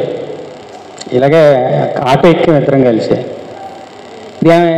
మాట కలిసింది. ఏంటంటే ఇలా పాస్టర్ గారిని అండి అంతా భగవంతులు లేలా అయ్యి చెప్పుకోతున్నాడు. మనం ధ్యానం గురించి చెప్తాం కదా, అందులో కొత్తోడు అసలు వదలం, తెలిసిన వాళ్ళకి ఇంకా పోలే వాళ్ళకి తెలిసి కదా వదిలేస్తాం కదని. పాస్టర్ గారు మామూలు అయితే వింటాడు, వాడికి ఏం తెలదు కాబట్టి. పాస్టర్లో పంతులు అంత పైకి వింటారండి, ఆల్రెడీ వాళ్ళ దగ్గర జ్ఞానం ఉంటుంది, వాళ్ళకున్న జ్ఞానం. పాస్టర్ గారు అంటే నేను అన్నాను లాస్ట్లో ఇంకా కాసేపు మాట్లాడి మన సుఖంలో దిగుతాను, ఎందుకంటే మొండు భగవంతుడి కంటే బలవంతుడని వాళ్ళ దర్శనం వాళ్ళతో మన మాట్లాడినప్పుడు మన ఎనర్జీ ఎందుకంటే మాట కూకుని లాస్ట్కి అన్నాను, సార్ మీరు ఎంతసేపు ప్రార్థన చేయించారో చేయించండి, ఒక అరగంట చేయించారో 20 నిమిషాలు చేయించారో, మీరు ఏ పొజిషన్లో కూర్చోమంటారో కూర్చుంటానో, మీరు ఏం చెప్పమంటే అది చెప్తాను, నాకు అందులో సగం టైం నేను చెప్పినట్టు మీరు అన్నాను. ఒప్పుకోలేదండి. సగం టైం 15 నిమిషాలు నేను ధ్యానం చేయించి నువ్వు ప్రార్థన చేయించండి, నువ్వు చెప్పింది నేను చేస్తాను, నేను చెప్పింది నువ్వు చేయంటే భగవంతుడు దానికి అంగీకరించడు. నువ్వు నన్ను తాగమంటావు, అలాగే నేను సమాధానంగా తాగుతానని లాజిక్ చెప్తున్నాడు. అంటే ఆ దృష్టిలో ధ్యానం చేయడం కూడా ఒక అంటే అంతకు మించింది లేదు, బాగా ప్రభుతో ప్రార్థన చేయడం మించింది లేదని ఒక మైండ్ ట్యూనింగ్ అంటారు దీన్ని. ఒక మనిషిని మైండ్ బాగా ట్యూన్ చేసి ఇంకో దాన్ని చేసే మీద ఒప్పుకోడాడు. ఎంతసేపు వాడు చెప్తున్నాడు దర్శనం దర్శనం, అందరూ అలా ఉండరు. భగవంతుని నమ్ముకుంటూ అందులో కూడా చెప్తే అర్థం చేసుకుంటూ ఉంటారు. ఒక్కొక్కరు మరీ అలా ఉంటారు, అలాంటి వాళ్ళు కూడా తగులుతుంటారు మాకు. అంటే ప్రతిదానికి ఒక దిక్కుమాల లాజిక్ కూడా చెప్తుంటారు అనమాట, తప్పించుకోవడానికి. లాజిక్లు ఎలా ఉండాలో, నువ్వు ముందుకెళ్ళిలా ఉండాలి, వెనక పోయిలా ఉండకూడదు లాజిక్లు. ఒక లాజిక్ చెప్పావంటే నువ్వు డెవలప్ అవ్వాలి, ముందుకు వెళ్ళాలి. కొంతమంది లాజిక్లు ఎలా ఉంటాయంటే చాలా విచిత్రంగా ఉంటాయి అన్నమాట. ఇంకా వాళ్ళకి మనం సమాధానం చెప్పేది ఏముండదు అక్కడ. అలాంటి మనుషులు కూడా విచిత్రమైన ఎదురవుతూ ఉంటారు మన లైఫ్లోనూ. సో అలాగే మనం ఈ ధ్యానం, స్వాధ్యాయం, సజ్జన సాంగత్యం ఈ 3 తర్వాత ధ్యాన ప్రచారం. ముందు ఇక్కడ మనం మన ఇంటినే ధ్యాన కేంద్రం కింద మార్చేయాలి. ఇది ట్రైనింగ్ సెంటర్, స్కూల్ లాంటిది. ఇదేంటి స్కూల్ లాంటిది. లైఫ్ అంతా స్కూల్కి వెళ్తూనే ఉంటామా? ఫస్ట్ మన ఇంటిని ధ్యానంగా మార్చేయాలి. అంటే ఏంటి? ఇంట్లో అందరికీ ధ్యానం నేర్పేయాలి. తర్వాత మన ఇంటికి ఎవరైతే వస్తారో వాళ్ళని ఫస్ట్ ధ్యానంలో కూర్చోబెట్టాలి.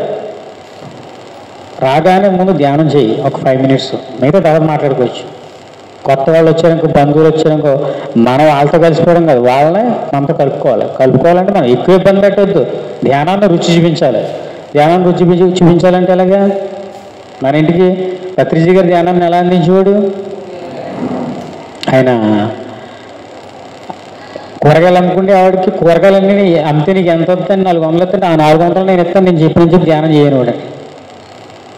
అలా మొదలెచ్చిన ఆయన ప్రస్థానం. మనం అంత అక్కర్లేదు. కనీసం మన ఇంటికి ఎవరన్నా వస్తుంటారు కదా ఏదో పని మీద, ఆమెను కూర్చోబెడితే చాలు. ఏదో అవసరార్థం, మన అవసరం ఎవరికో కొనుక్కుంటుంది కదా, మన అవసరం కోసం వచ్చిన వాళ్ళని సరే తర్వాత మాట్లాడదాం, ముందు కాసేపు ధ్యానం చేసుకుందాం, మనం కూర్చోవడం, వాళ్ళని కూర్చోబెడతాం.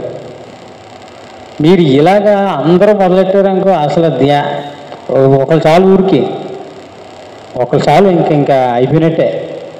ఎందుకంటే ఈ ధ్యానం నేర్చుకునేదాకానే మన కష్టం. చెప్పాం కదా ఇందాక, 41 రోజు చెప్పేది ధ్యానం చేసేది, ఇంకా తర్వాత నాపడం ఎవరి వల్ల అవ్వదు. ఇప్పుడు పత్రిజీ గారు ఎవరినైనా ధ్యానం చేయమని చెప్తుంటే అసలు ఎవరికైనా ఆయన ఇంకా ధ్యానం చేసి దగ్గరికి వచ్చిన తండ్రి కూడా. ఎందుకంటే తెలిసి ఆయనకి నా కోసం రావట్లేదు, ఈ మార్గం సరైనది కాబట్టి వస్తున్నారు వాళ్ళు. అందుకే ఆయన ఎప్పుడు జనాల కోసం త్యాగాలు చేసేలేదు, ఆయనకు నచ్చినట్టుగానే జీవించాడు. ఈ ఎప్పుడైతే పోతే ఈ మళ్ళీ రాడేమో ఇలాంటిది ఎప్పుడు పెట్టుకోలేదు. ఆయన స్వేచ్ఛగానే జీవించాడు, ఆయనకి నచ్చినట్టుగానే జీవించాడు, కానీ ధర్మ మార్గంలోనే జీవించాడు. ఎందుకంటే ఆయనకు ఇంకొక యజమాని లేడు, ఎవరో చెప్పినట్టు ఏంటనేది. జ్ఞానం వచ్చాక మనకు మనమే యజమానులు. అలాంటి మార్గాన్ని పిల్లలకు కూడా అందించాలి మనం. అంటే మొత్తం జరుగుతున్నాయి క్లాసులు, కొల్లల మావిడాడు కానీ మా ఏరియాలో స్కూల్ పిల్లల ట్రైనింగ్ క్లాసెస్ జరుగుతుంటాయి. న్యూటన్ గారిది వెళ్ళారాటికే నిజామాబాద్ 10 రోజులు క్లాసులు జరుగుతాయి నిజామాబాద్లో. అలాంటి చోటకే ఊరికినే వెళ్ళిపోవాలి. మనం కడతాలో జరుగుతున్నాయి కదా, కడతాలో మన బెంగళూరు ఉందా, మీకు సమయం ఉందా, 4 కలిసి బెంగళూరు పిరమిడ్లోకి వెళ్ళి కూర్చోండి. జనం ఉన్నప్పుడు కంటే ఉత్తప్పుడు పిరమిడ్లో ఎనర్జీ ఎలా ఉంటుందో తెలుసా? ఖాళీగా ఉండదు, పెద్ద పిరమిడ్ కదా, మనిషి అలా నిలబెడుతూ ఊపేస్తుంటుంది. మనిషి అలా కళ్ళు మూసుకోక్కర్లేదు, ఇలాగెళ్ళి కూర్చుంటే బాడీ కంట్రోల్ ఉండదు, అంత అలా ఉంటాయి ఎనర్జీస్ ఖాళీ టైంలో. కర్తలు జనం ఉన్నప్పుడు ఏమీ లేని టైంలో కూడా ఊరికినే సమయం ఉంది నా దగ్గర, రండి మీ చేతికోకం తీసుకోవడం, చక్క వెళ్ళిపోవడం, 24 గంటలు ధ్యానం చేసుకో. అసలు మీకు ఎలా ఉంటుందంటే, మేము అలా వెళ్తుంటాం, ఎవరు లేని టైంలో అలాగే వెళ్ళి ధ్యానంలో కూర్చుంటుంటే ఇంకా అసలు ఈ లోకంలో ఉన్నట్టు ఉండదు, ఇంకేదో ఇతర లోకాల్లో ఉన్నంత ఫీలింగే. ఆ ఎనర్జీస్కి మీరు అలవాటు పడ్డారంటే మీరు అసలు నాకు తెలిసి మీ వెనకాల ఈయన రావాల్సి వస్తుంది, ఈయన వెనకాల మీరు వెళ్ళడం కాదు, వెంకటేశ్వర గారు మీ వెనకాల వస్తారనమాట. మీరు గురువుని మించిన శిష్యులు అయిపోతారు. సో అవి ఇంకా నా అనుభవాలు ఏమన్నా అడగాలంటే అడగచ్చు, మనకి ఇంకొక అరగంట సమయం ఉంది. ధ్యానం ద్వారా పొందిన లాభాలు అయితే అనేకం. ఒకటి చెప్పుకుంటా పోతే ఇంకా దానికి ఎన్నో, సంసార జీవితంలో కావచ్చు, ఆర్థిక జీవితంలో కావచ్చు. ఒకటి కాదు, ఈ లాభాల వల్ల లెక్కపోతుంది. ఈరోజు సమస్యలు ఏమీ లేవంటే ఆశ్చర్యపోవాలి మనం. ఏ సమస్య లేదనుకుంటాను. కావాలనుకుంటాం అనుకో, నా దగ్గర ఏమీ ఉండవు, కానీ ఇలాగా మనసులో గట్టిగా నాకు పలానా అవసరం ఉంది అని అనుకున్నాను అనుకో, ఆ వ్యక్తి వచ్చి ఇచ్చేస్తారనమాట. మీకు ఇందాక మధ్యలో ఒక విషయం చెప్తానని చెప్పి చెప్పలేదు, మీరు అడగలేదు కూడా, మీరు అడగట్లేదు ఏమీ. ఏది మీకు ఒక అనుభవం చెప్తానన్నా, మీరు కనీసం ఇందాక ఒక అనుభవం చెప్తానన్నారు, చెప్పలేదని కూడా మీరు అడగట్లేదు. అది వశిష్ఠ గౌతమిలో నా ఖాళీగా ఉన్నానని చెప్పేసి కూర్చున్నాను. నా మనసులో ఎక్కడో ఒక కోరిక ఉంది. ఏంటది? ఇప్పుడుగా ఈ అనుభవం పొంది చాలా రోజులు అవుతుంది. వశిష్ఠ గౌతమి గురువులు మాట్లాడతారు తెలుసా మీకు? మీరు ఎప్పుడైనా పిరమిడ్ల దగ్గరికి వెళ్ళారు అనుకో, గురువులు మాట్లాడతారు. నేను ఫస్ట్లో అనుకుంటుండే ధ్యానానికి వచ్చి గురువులతో మాట్లాడానంటే వీళ్ళు ఏదో చెప్పి ఈ స్టోరీలు చెప్పేస్తున్నారు, వీళ్ళు డైరెక్ట్గా దేవుళ్ళతో మాట్లాడేస్తున్నాం అంటారా? నిజమే ఏంటి అసలు అనుకుంటూ ఉండాను. నిజంగా దేవుళ్ళు కనపడతారా, మాట్లాడతారా నాకు డౌట్ ఉండేది నాకు. ప్రాక్టికల్గా ఏదో సోచి చెప్పేస్తున్నారు వీళ్ళు అని అనుకుంటూ ఉండే. ఈ ఆలోచనలు వచ్చేస్తుంటే ఆలోచనలు ఇలా ఏది చెప్పేస్తున్నారు అని అనుకున్నాను. కానీ నాకు ప్రాక్టికల్గా 4-5 సార్లు జరిగిన తర్వాత అమ్మో మనం ఎవరిని తక్కువ వచ్చిన వేయకూడదు, ఫస్ట్లో ధ్యానంలోకి వచ్చిన కొత్తలో అని అనిపించింది అనమాట. అది అలాంటితోటి వశిష్ఠ గౌతమిలోను ఇంకా నేను అన్నానన్నమాట, పిరమిడ్ దగ్గరికి వచ్చి ఇంక ఈ జీవితం పిరమిడ్కి అంకితం, నాకేం పని లేదు, నేను ఫుల్ఫిల్ అయిపోయాను, లైఫ్లో నేను చూడాలనుకుని చూశాను, చేశాను, నాకు ఇంకా లైఫ్లో చెయ్యాలని నేనేమీ అనిపించట్లేదు, పిరమిడ్కి ఉపయోగించుకున్నాను, నేను నీకు ఏ రకంగా ఉపయోగపడతానని అనుకుని సాధనలో కూర్చున్నాను. రోజు చేశాను, 2 రోజులు చేశాను, 3 రోజులు చేశాను. అది మామూలుగా భోజనం చేసేవాళ్ళం, అటు ఇటు తిరిగేవాళ్ళం, కానీ పోయి మళ్ళీ ధ్యానంలో కూర్చుండేవాళ్ళం. మొత్తం మీద 3 రోజులు అక్కడే ఉండి కంటిన్యూషన్ కాదు, కానీ నా పనులు నేను చూసుకుంటా 3 రోజులు 4 రోజులు వరుసగా కూర్చున్నాను. ఒకే సిట్టింగ్లో కింగ్ ఛాంబర్లోకి వెళ్ళి కూర్చుండేవాళ్ళు. అవేం కార్యక్రమాలు జరగట్లేదు, నేను ఒకరిని అలా కూర్చుండేవాళ్ళు. అంతకుముందు ఎప్పుడో నేను ఎక్కడికే, ఇది ఊరిది బ్యాంకాక్, థాయిలాండ్ తెలుసు కదా మీకు, సినిమాల్లో చూపిస్తుంటారు. థాయిలాండ్ వెళ్ళాలని అనుకున్నాను నేను అంతకుముందు ఎప్పుడో. అక్కడ అందమైన అమ్మాయిలు ఉంటారంట, అవన్నీ చూడాలి అని అనుకున్నాను నేను ఎప్పుడో. తర్వాత ఇవన్నీ మనకు అవసరం ఏంటి అని కాంప్రమైజ్ మానేస్తాం. ఇది లోపల ఎక్కడో ఉంది నాకు. పిరమిడ్లు ఎలా ఉంటాయంటే, ప్రతి ఓడు పిరమిడ్కి ఏదో చేస్తున్నామని వెళ్తారు, కానీ తీసుకోవడానికి వెళ్తారు. అంటే మనం తీసుకుంటున్నామని చెప్పడానికి ఇబ్బందిగా ఉండి అని అంటుంటాం, కానీ నిజానికి తీసుకోవడానికి వెళ్తుంటాం. కానీ మనం ఏమంటాం, చేయడానికి వెళ్తున్నాం అనుకుంటాం. అది నాకు అప్పుడు అర్థమైందనమాట. వాళ్ళు అర్థమయ్యేలా చెప్తారు గురువులు, నాయన నువ్వు ఇక్కడ ఇవ్వడానికి రాలేదు, తీసుకోవడానికి వచ్చే విషయం మనకు అర్థమయ్యేలా చేస్తారనమాట. ఇంకేమీ లేవన్నాం కదా కోరికలు. అప్పుడు నేను ధ్యానంలో కూర్చుంటే ఇలాగెళ్ళి కూర్చున్నాను అనమాట. అంటే ఇలాంటివి కూడా జరుగుతాయి ధ్యానంలో అన్నదనమాట. ఒక అందమైన అమ్మాయి వచ్చి నా పక్కన కూర్చుంటే మనకేం ధ్యానంలో చేసుకుంటూ వాళ్ళు ఎవరో కూర్చుంటారని పోయి వెళ్ళిపోయాం. ఆ రోజు నేను ముమ్మిడివరం క్లాస్ చెప్పడానికి వెళ్తాను. ముమ్మిడివరం బాలయ్య తెలుసు కదా, మాకు పక్కనే. నాకు ప్రచార రథం ఉంది, ప్రచార రథం తీసుకుని వెళ్ళిపోతున్నాను. ఒక 10 మంది ఎక్కించి వాళ్ళతో పాటు ఎక్కేసి అలాగే కూడా ఫాలో అవుతుంది అనమాట. ఎందుకు వాస్తవం ఏంటన్నా, తన కూడా సమస్య వచ్చింది. నా లోపల ఉన్న విషయం తనకు తెలియదు, తాను ఎందుకు వచ్చిందో నాకు తెలియదు. అందుకే పత్రిజీ గారు జడ్జి నాటని ఎందుకనేవాడు అంటే, ఇప్పుడు ఈ భూమి మీద అనేక కార్యకారణ సంబంధాలు ఉంటాయి, అవన్నీ నీకు ఎందుకని. మా ఇద్దరు వ్యక్తులు కనపడ్డారనుకో, మనం వాళ్ళ గురించి ఇద్దరు మాట్లాడుకుంటాం మన జ్ఞానాన్ని బట్టి. వాళ్ళ కారణకార్య సంబంధాలు ఏ అనుభవాల కోసం భూమి మీదకి వచ్చి నీకు వెళ్తుంది, నీ పనితో నువ్వు చూసుకో అని ఎందుకని కూడా అనేది నాకు అప్పుడు అర్థమైంది. ఇప్పుడు క్లాస్కి వచ్చిన తర్వాత అన్నీ చెప్పేసిన తర్వాత తను ఫ్రస్ట్రేషన్తో ఉందనమాట. తన కూతురు చనిపోయింది, ఇట్లా ఆడపిల్ల పుట్టి చనిపోయింది, డిప్రెషన్లోకి వెళ్ళిపోయింది 4 years. ఈ పిఎంసీ చూసి 2 సంవత్సరాల క్రితం ధ్యానంలోకి వచ్చి తన పని మీద తను వచ్చింది. ఎందుకో మనకు కొన్ని విషయాలు తెలియదు, కానీ మూలాలు ఎక్కడో ఉంటాయి. మన గత జన్మలో కొంతమంది పరిచయం ఉండి కూడా ఈ జన్మలో వాళ్ళని గుర్తించలేము. దానికి సాధన అవసరం.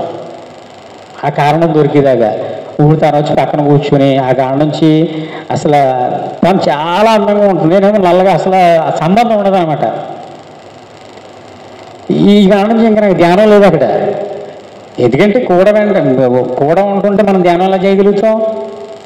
ఏంటి నాకు డిస్టర్బెన్స్, నా ధ్యానం నేను ఎందుకు చేసుకోలేకపోతున్నానంటే తను వచ్చి నీతో మాట్లాడాలంటే నాకు కొన్ని అనుభవాలు కావాలన్నది. అనుభవాలు తను కావాలనుకుంటే నేనేమో వేరేగా అర్థం చేసుకుంటున్నాను. అది తర్వాత ఆ చిక్కుముడి విప్పడానికి నాకు 1 year పట్టింది.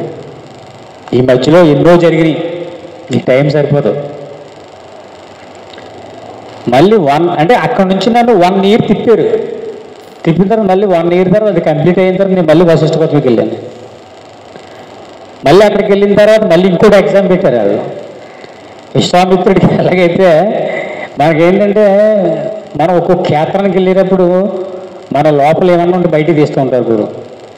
నువ్వు నేర్చుకోవాల్సింది ఇంకా ఇది ఉంది, నీకు ఇది ఉంది. ఎప్పటికప్పుడు మన కంప్లీట్ జ్ఞానంలాగా అనిపిస్తూ ఉంటుంది.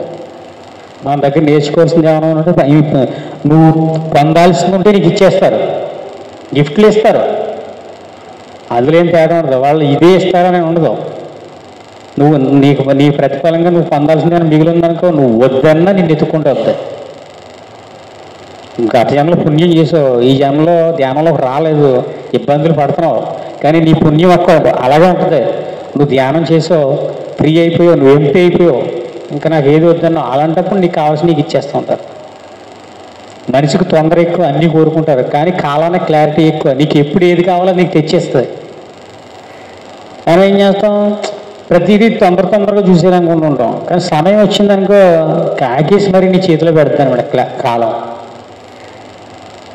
అందుకే నాకు అప్పుడు ఇలాంటివి ఎన్నో చూసినప్పుడు అనిపించింది, మనం ఎవరిని ఏమీ అడగాల్సిన అవసరం లేదు. ఆ టైం వచ్చినప్పుడు మన ఒళ్ళోకి వద్దనమాట. అది ఇది అని కాదు, నువ్వు ఏది కోరుకుంటే అది. దానికి మనం సిద్ధంగా ఉండాలి. దానికి సిద్ధంగా ఉండాలంటే ఏం చేయాలి? కాలాన్ని అర్థం చేసుకోవాలి. టైం. మనం అనుకుంటాం డబ్బులుంటే అనుభవించగలుగుతాం అనుకుంటాం. డబ్బులుంటే కదా ఇక్కడ అనుభవించేసి. టైం ఉండాలి, సమయం ఉండాలంటే సమయాన్ని అర్థం చేసుకోవాలి. మనిషి ఎంతసేపు కూడా ఏం చెయ్యాలన్నా నీ దగ్గర టైం ఉండాలి. సమయం ఎంతమంది దగ్గర ఉంటుంది? సమయం ఉంది, రోజుకి 24 గంటలు ఉన్నాయి. ఆ 24 గంటలు నీకు నచ్చినట్టుగా ఉపయోగించుకుంటే విధానం నీకు తెలుసా? ఆ 24 గంటలు లెక్కెత్తే నీ చేతిలో ఉండదు. అది ఇంటికి వెళ్ళాలి, భోజనం వండాలి, లేకపోతే జాబ్కి వెళ్ళాలి, లేదా ఇంకోటి ఏదో చేయాలి. అంటే ఏంటి? నీ కాలం కిల్ అయిపోయింది. నీ కాలం నీ టైం నీ చేతిలో లేదు. ఈరోజు నువ్వు ఏది చేయాలనుకుంటే చేసేలాగా ఉండగలగాలి. నువ్వు వర్తమానంలో జీవించడం అంటే ఏంటంటే, నేను ఇప్పుడు ఏం చేస్తాను తెలుసా, ఒకప్పుడు ఇవన్నీ అనుభవించి ఈరోజు పెద్ద ఎక్కువ ప్రోగ్రామింగ్స్ని డిసైడ్ చేసుకున్నాను. ఇప్పుడు నా ప్రణాళిక ఏంటనుకుంటున్నారు? ఓషో పుట్టినరోజు అవ్వాలి.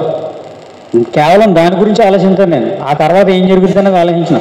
ఓషో పుట్టినరోజు అయిపోయిన రాత్రి నేను పడుకుని పొద్దున్న లేచి ఏం చేయాలని మళ్ళీ ప్లాన్ చేసుకుంటాను. ఈ మధ్యలో మీ క్లాస్ ఒకటి ఒప్పుకున్నాను. ఈ మధ్యలో వ్యక్తులను కలుస్తాం కానీ టార్గెట్ని మార్చుకున్నాను, నా లక్ష్యాన్ని.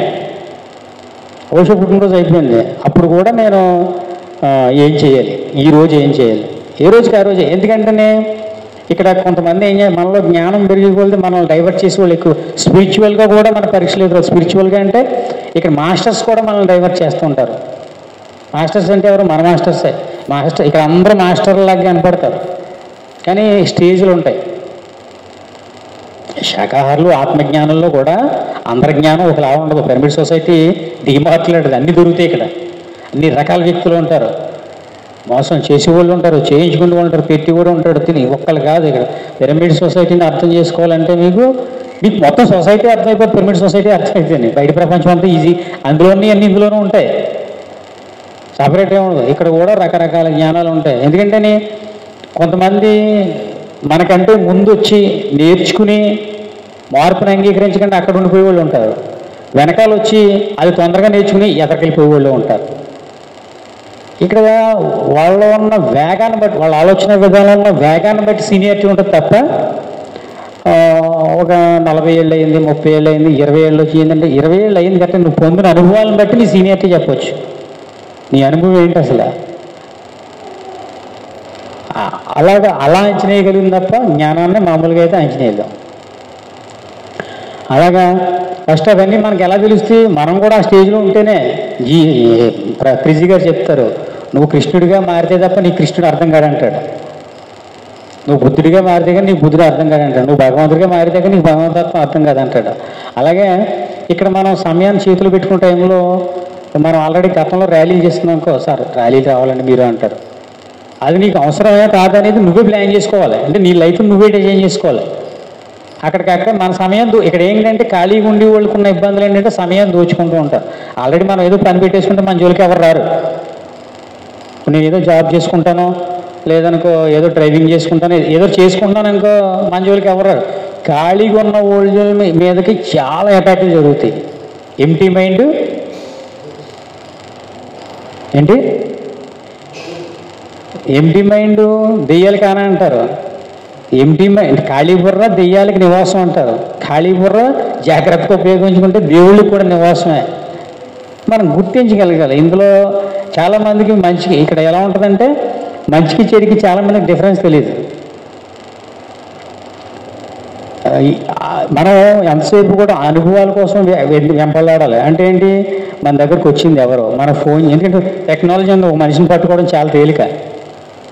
మనం ఎక్కడున్నా సరే ఎక్కడో ఉండి మనిషి మనతో ఆడుకుంటూ ఉంటాడు. ఫోన్తో మనల్ని డైవర్ట్ చేస్తూ ఉంటారు. అంత కెపాసిటీ ఉన్న మైండ్లు ఉన్నాయి. జనరల్గా ఫ్యామిలీస్ ఉంటాయి, ఒకళ్ళే యజమాని ఉంటారు, మిగతా వాళ్ళు అందరూ చెప్పినట్టే వింటారేంట్రా. వాడు అమెరికాలో ఉన్న హైదరాబాద్లో ఇక్కడ ఉండి వాళ్ళు ఆపరేట్ చేస్తూ ఉంటారు. అంటే ఆరా అంటారు. అంటే ప్రతి మనిషి ఒక మనిషి కింద పనిచేస్తూ ఉంటాడు. మనం ఎవరి కింద పనిచేస్తాం, మనల్ని ఎవరు ఆపరేట్ చేస్తున్నారు, అవన్నీ తెలియాలంటే సేతు బుక్ చదివితే మన మైండ్కి ఏం అర్థమైపోతుంది. ఆ పని మనకు అవసరమా కాదా? నేను ఆ అనుభవం పొంది వేరే దారిలేక పని చేస్తున్నా. ఎందుకంటే మీకు 24 గంటలు ప్లాన్ చేసి అప్పుడు ఎలా ఉంటుందో తెలుసా? భూమి మీద ప్రతి ఒక్కళ్ళు ఇలా తయారవుతే ఎవరి పనాలు చూసుకుంటారు. ఎవరి పనాలు ఇప్పుడు అలాగేంటి? అసలు గుంపులతో ఆడుకుంటున్నారు తెలుసా మీకు? గుంపులతో ఒక్కడు మొత్తం గుంపుని హ్యాండిల్ చేస్తాడు. ఈరోజు ప్రభుత్వ ఉచిత పథకాల్లో ఎంతమంది చిక్కుపోయారు తెలుసా మీకు? ప్రభుత్వ ఉచిత పథకాల్లో వాడు కారు మీద వెళ్ళి కెపాసిటీ ఉన్నా కానీ పెన్షన్ పోద్దని చెప్పేసి కారు కొనట్లే. అంటే వాడు ఆ పెన్షన్ కోసం లైఫ్ వేస్ట్ చేసుకుంటున్నాడు. అంటే కారు మీద వాడు పొందాల్సిన అనుభవం పొందట్లేదు. వీడికి ఉంది. మీకు టాటా నానో కారు తెలుసా? Tata Nano car, Tata company owner సామాన్యుడిని కారు మీద తిప్పాలనుకున్నాడు. సిగ్గిపడిపోయాడు. తర్వాత ఎలా తిప్పుతాడు? మనం తిరగం కదా భూమి మీద. మీకు విషయం తెలుసా? నాకు ఓన్ కారు ఉంది. కారు ఒకటే ఉంది. కారు ఉంది కదని మీరు వేరే అర్థం చేసుకోవద్దు. నేను ఎక్కడికైనా కారు మీద వెళ్ళి మంచి బట్టలు వేసుకుని దిగుతుంటే కోటీశ్వర్లు కూడా రెండు లోపలికి నమస్కారం పెట్టండి అంటారు. నమస్కారం పెట్టి కూర్చోండి. ఈ రెస్పెక్ట్ ఎక్కడి నుంచి వచ్చింది? ఆలోచనల నుంచే. నేను కూలి పని చేసుకుంటేవాడినే, కారు మీద ఎలా తిరగలుగుతున్నాను? నేను ఈ జన్మలో ఏ అనుభవాలు పొందాలో అవన్నీ నేను పొందాలి. ఇది ఆఖరి జన్మ చేసుకోవాలంటే నాకు ముందు నేను ఫుల్ఫిల్ అవ్వాలి. సొసైటీని డెవలప్ చేయడం అనేది నా డ్యూటీ కాదు. ఎందుకంటే ఒకరినొకడు ఎప్పుడు మార్చలేడు. వాడు ఎందుకంటే ఎంతమంది బుద్ధుళ్ళు వచ్చారు, ఎంతమంది పత్రికలు వచ్చారు, సత్సవోదయ చెప్తారు. ప్రపంచాన్ని మార్చాలని ఎప్పుడు అనుకోకు, నువ్వు మారంటాడు. అంటే ఏంటి? ప్రపంచాన్ని మారుద్దాం అనుకోవడం నీ చేతిలో లేదు, వాడిష్టం అది. పత్రిజీ వచ్చాడు, సత్యాన్ని తెలుసుకుని సత్యాన్ని బోధించి వెళ్ళిపోయాడు. అలాగే ఎంతమంది ఉంటారు? ఎవరి పనాలు చూసుకుని పోతారు భూమి మీద. అలాంటప్పుడు నేను ఫుల్ఫిల్ అవ్వాలి. అందుకని నేను కారు కొనుక్కున్నా. మా అబ్బాయికి అదేనే ఉండదు ఇక్కడ తెలుసా మీకు? అలా ఆకడం ఉండదు. రేపు ఏం కావాలని గట్టిగా సాధనలో కూర్చున్నామో దానికి సంబంధించిన వ్యక్తులు ఎత్తుక్కుంటూ వచ్చేస్తారు దగ్గరికి. కారు లేదు, ఇంకా మంచిది. ఏమీ లేకపోతే ఇంకా మంచిది. నేను ఏమనుకుంటాను తెలుసా, ఒకప్పుడు అయితే పరుగులు ఎట్టుకోండి ప్రతి చోటకని. ఇప్పుడు పరుగులు కూడా పెట్టట్లేదు. కనీసం ఏమీ లేదనుకో కళ్ళు మూసుకొని కూర్చోవచ్చు. ఇంకెంతకంటే సుఖమైంది ఏమన్నా ఉంటుందా అని. బండ్లు పెట్రోల్ లేదనుకో, పెట్రోల్ లేదు అమ్మయ్య ఇయ్యాల మన జోలికి ఎవడు రాడు, మనం బయటికి వెళ్తేనే కదా ఇబ్బందులు. కళ్ళు మూసుకు కూర్చుంటాం. ఇంతలో ఎవడో ఫోన్ చేసి ఎక్కడున్నావు అంటారు. ఇలా ఉన్నా, ఇది పరిస్థితి అని చెప్తాను. లేదు నేను ఇస్తాను డబ్బులు, నువ్వు వచ్చేయంటాడు అనమాట. నేను అప్పుడు మళ్ళీ డిమాండ్ చేస్తాను, నేను రాను, నాకు ఖాళీ లేదంటున్నాను. ఇంకొకరు ఫోన్ చేస్తాడు. మాస్టర్స్ ఎలా ఉంటారు అనుకుంటున్నారు, నన్ను లెగ్గొట్టేళ్ళు దేవాలని చేదో రకం. కానీ ఫస్ట్ నేను అందులో చూజ్ చేసుకుంటే ఛాన్స్ ఎత్తుక్కుంటాను కూడా. నాకు నచ్చిందనుకో, సరే నీతో వస్తాను పద అంటాను, నీతో వస్తాను పద వెళ్దాం అంటాను. అసలు అలాగే ఎవరికైనా గడుపుతుందా? ఏమీ ఉండదు. కళ్ళు మూసుకొని కూర్చుంటాం అంటే మీకు సరిగ్గా అబ్జర్వ్ చేసారు లేదా కానీ, మీకు ఏది కోరుకుంటే అక్కడి నుంచి మీకు కంపల్సరీ ఫోన్ వస్తుంది. ఫోన్ ఆన్లో పెట్టి కూర్చుంటాను నేను. ఎవరు ఫోన్ చేశారు, ఎందుకు ఫోన్ చేశారు తెలిసిపోతాయి మనకి. మీరు ఆ స్థితికి వెళ్ళిన తర్వాత మనం ఆ ఎనర్జీతో కనెక్ట్ అవ్వాలనుకుంటే అవుతాం. ఎందుకంటే మనం ఫస్ట్ మనం హ్యాపీగా ఉన్న ఎనర్జీస్తో కనెక్ట్ అవ్వాలి. హ్యాపీగా ఎప్పుడు ఉండగలుగుతాం, వర్తమానంలో ఉన్న వాళ్ళతోనే హ్యాపీగా ఉండగలుగుతాం. అలాంటి వాళ్ళు ఉన్నారు భూమి మీద. మనం ఆ స్థితిలో ఉన్నప్పుడు దానికి సంబంధించిన వ్యక్తుల నుంచి మనకు ఫోన్ కాల్స్ వస్తాయి. మనం అప్పుడు కలిసి అందరూ హ్యాపీగా ట్రెక్కింగ్లకి వెళ్ళడమో లేదంటే సాధనలు చేసుకోవడం ఇవన్నీ జరుగుతూ ఉంటాయి. ఇవన్నీ ఎప్పుడు జరిగితే కాలాన్ని అర్థం చేసుకోవాలి, కర్మను అర్థం చేసుకోవాలి, ఎనర్జీస్ని అర్థం చేసుకోవాలి. మన కర్మలు మనం అనుభవిస్తున్నాం, పక్కోళ్ళ కర్మలు అనుభవిస్తున్నామా? పైగా జ్ఞానాన్ని పక్కోళ్ళు పంచాలి.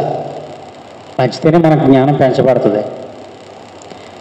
అప్పుడేమవుతుంది, అసలు మీ కాలాన్ని చేతిలో తీసేసుకుంటారు అంటే మాటలు చెప్పినంత ఈజీ కాదు. అసలు మీకు గ్రావిటీని దాటి వెళ్ళిపోతారు. గ్రావిటీని దాటి భూమి ఆకర్షణ శక్తిని దాటి వెళ్ళిపోతారు. మీరు భూమి మీదే ఉంటారు. మీరు సృష్టించే అద్భుతాలు మీకే ఆశ్చర్యంగా. టెలిపతి అనేది మీకు వెంటనే తెలిసిపోతుంటుంది. టెలిపతి మీరు ఇలా మైండ్లో ఒక వ్యక్తి మీకు మీ మైండ్లో మీకు టెలిపతి ఇంకో రకంగా కూడా తెలుస్తుంది. ఒక వ్యక్తి మీ మైండ్లోకి వస్తుంటారు అంటే మిమ్మల్ని ఒకళ్ళు సాధన ద్వారా పిలుస్తూ ఉంటారు. అది కూడా గమనించాను నేను సాధన చేసి. అలాగా ఒక వ్యక్తి పదే పదే నా మైండ్లోకి వస్తున్నారు, కానీ తనతో నాకు పని లేదు.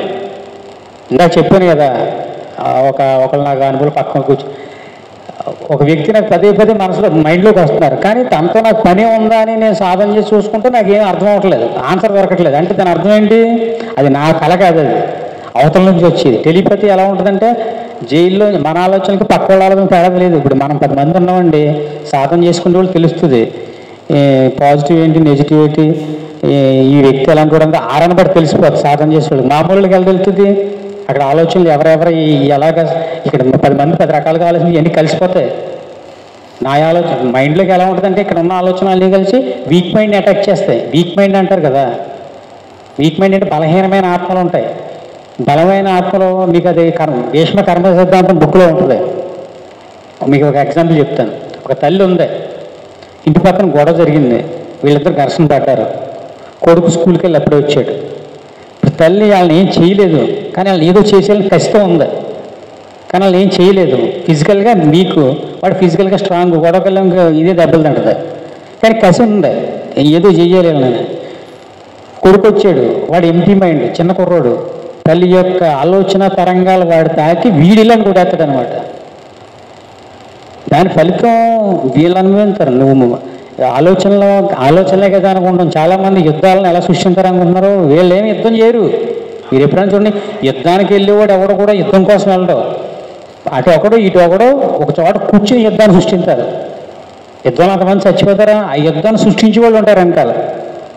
వాళ్ళు చోట కూర్చొని ఉంటారు అంతే, ఇక్కడ నుంచి కదుపుతారు అన్నీ, అది కొట్టేసుకుంటారు. ట్రాఫిక్లో చూడండి గొడవ ఎలా మొదలవుతుంది, బండి అలా డాష్ ఇచ్చాడనుకో సారీ అంటాడు, సారీ ఏంటి అంటాడు, వీడు చెప్పాను కదా సారీ అంటాడు. ఈలోపు ఒకడు ఆగుతాడు, ఏడు కొట్టుకుంటారు వీళ్ళు అని ఆగుతాడు, అలా నలుగురు ఆగుతారు. ఈ నలుగురు యొక్క ఎనర్జీ వాళ్ళ మీద పనిచేయాలి, నిజంగా కొట్టేసుకుంటారు. అంటే అక్కడ ఒక ఎనర్జీ క్రియేట్ చేస్తారనమాట. అందుకే అలాంటప్పుడు సాధన చేసేవాడు ఏం చేస్తాడు, ఆడి పనులు చూసుకుంటూ పోతాడు, దాని జోలికి వెళ్ళాడు. ఈ కర్మ సిద్ధాంతం అక్కడ ఆగడాడు, అది సంబంధమైన విషయం, ఆ టైం వేస్ట్ అక్కడ అడిగితేనే.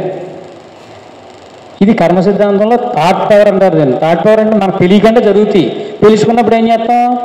తప్పుగా ఆలోచించాలన్నా సరే భయపడతాం, ఆలోచించడానికి కూడా భయపడతాం. సాధనలో ఒక స్టేజ్కి వెళ్ళిన తర్వాత మీ ఆలోచనలు మీరు గమనించుకున్నప్పుడు ఆలోచించడానికి కూడా జాగ్రత్తగా ఆలోచిస్తారు.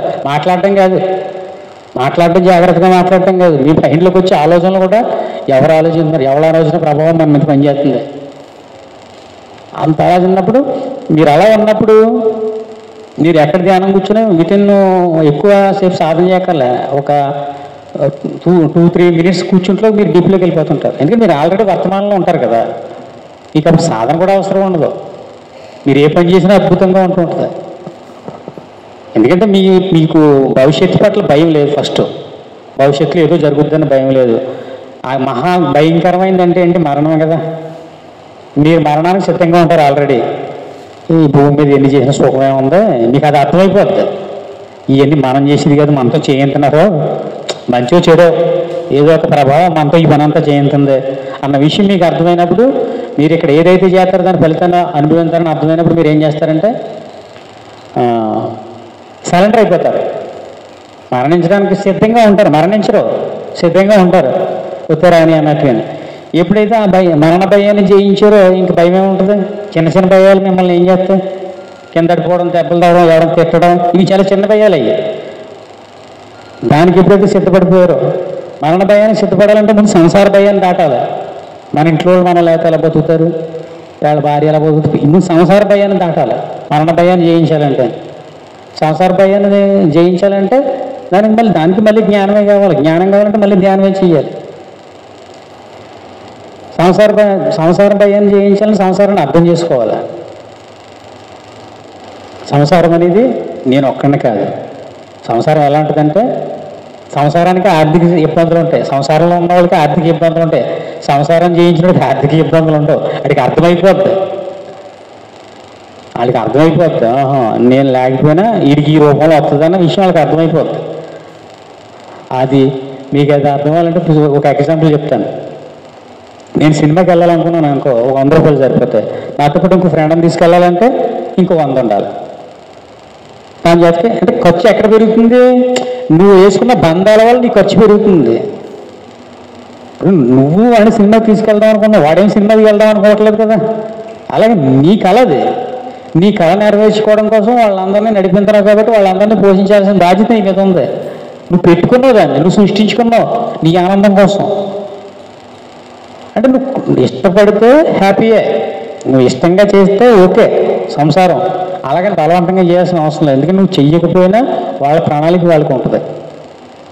నువ్వు చేస్తే కొద్దిగానే చేస్తావు, నువ్వు చెయ్యకపోయినా వాళ్ళ ప్రణాళిక వాళ్ళకి ఉంటుంది. అది నీకు అర్థమైనప్పుడు ఏం చేస్తావంటే, వీలైతే అవకాశం ఉన్నప్పుడు చేస్తావు, అవకాశం లేకపోతే చెయ్యి. పైగా నీతో చేయించుకోవాల్సింది ఉందనుకో, వాళ్ళని నువ్వు కదిరిపోయారు మరి నీతో చేయించుకుంటారు. వాళ్ళకి చెయ్యాలని ఉందనుకో, నీతో చేయించుకోవాల్సింది ఖచ్చితంగా నువ్వు చేస్తావు అక్కడ.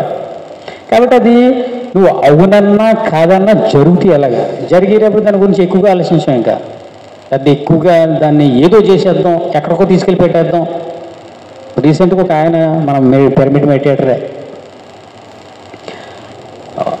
సాధన చేసి బాగా అన్నీ సంపాదించి వాళ్ళ అబ్బాయిని అమెరికాలో మంచి జాబ్ వేయించాడు. మనిషి అమెరికా వెళ్తున్నారు. అమెరికా వెళ్ళిన తర్వాత ఎక్కడికి వెళ్తారు? అమెరికా వెళ్ళిపోయారు. తను అనుకున్న అన్నీ అయిపోయినాయి. ఒక మంచి పొజిషన్ జాబ్లో ఉన్నారు. ఫ్యామిలీ అందరూ కూడా తీసుకెళ్ళిపోయారు. మంచి ఒక స్టేటస్లో ఉన్నారు. బ్రెయిన్ ట్యూమర్ వచ్చింది వాళ్ళ అబ్బాయికి. ఈయన కన్ఫ్యూజన్లో పడేస్తుంది అనమాట. కారణం ఏంటని ఎదిగితే, తను ఇండియాలో పుట్టి ఏదో సాధించాలని ఇక్కడ ఏదో ప్రణాళికతో వచ్చాడు. కానీ వాళ్ళ నాన్న కోసం అమెరికా వెళ్ళాడు. తనకు అమెరికా వెళ్ళడం ఇష్టం లేదు. ఇప్పుడు తన తండ్రి గౌరవం నిలబెట్టడం కోసం అమెరికాలో నిలబడ్డాడు. తన ప్రణాళిక కాదు అది, తండ్రి మీద ఉన్న గౌరవం. అయితే తను అక్కడ నుంచి వచ్చేద్దామంటే తన తండ్రి బరువు పోద్ది.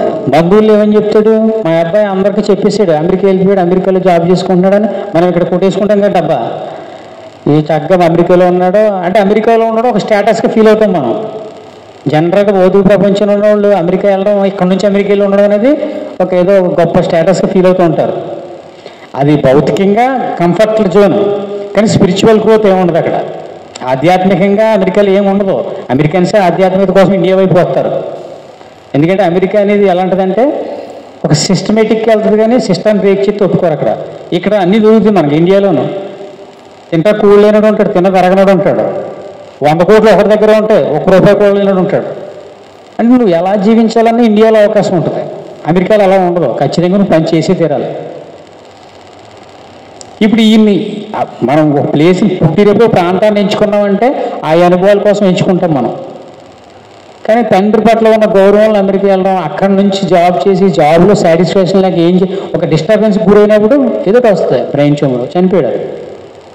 కానీ తండ్రి బతికే ఉన్నాడు. తండ్రికి అతను చనిపోయి బాగానే ఉన్నాడు, తండ్రికి క్షోభ. ఎందుకంటే నా కొడుకు ఎలా ఉన్నాడో గొప్పగా చెప్పుకుని భయం చెప్పుకుంటాడు. ఆ విషయం ఎవరికి అర్థమవుతుంది? ఎవరైనా వాదాడతారు తప్ప వాస్తవాలు అంత వేగా అర్థం కావు కదా. అలా ఏంటంటే కంఫర్ట్ జోన్ అనేది ఉండాలి, సౌకర్యవంతమైన శరీరానికి సౌకర్యం అనేది ఉండాలి. కానీ సౌకర్యాలనే బేస్ చేసుకుని వెళ్ళిపోతే స్పిరిచువాలిటీ పోతుంది.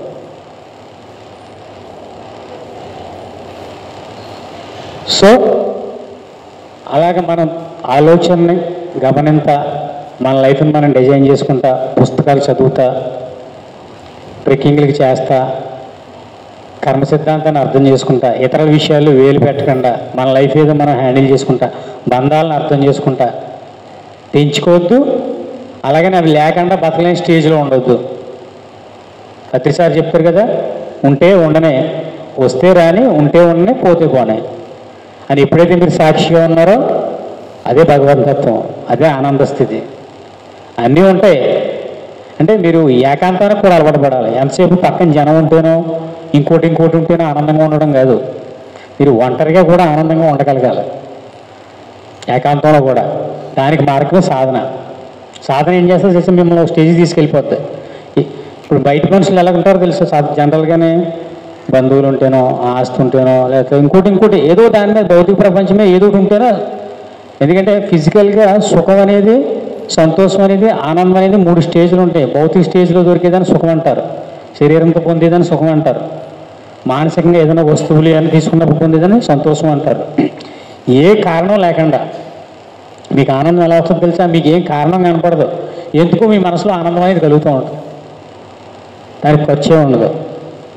మీలో ఒక మార్పు వచ్చేటప్పుడు ఆనందం కలుగుతూ ఉంటుంది. ఎప్పుడు కూడా ఆనందం వచ్చే ముందు విషాదం అనేది ఉంటుంది కంపల్సరీ. దానికి ఓ కంగారు పడిపోవడానికి అవసరం లేదు.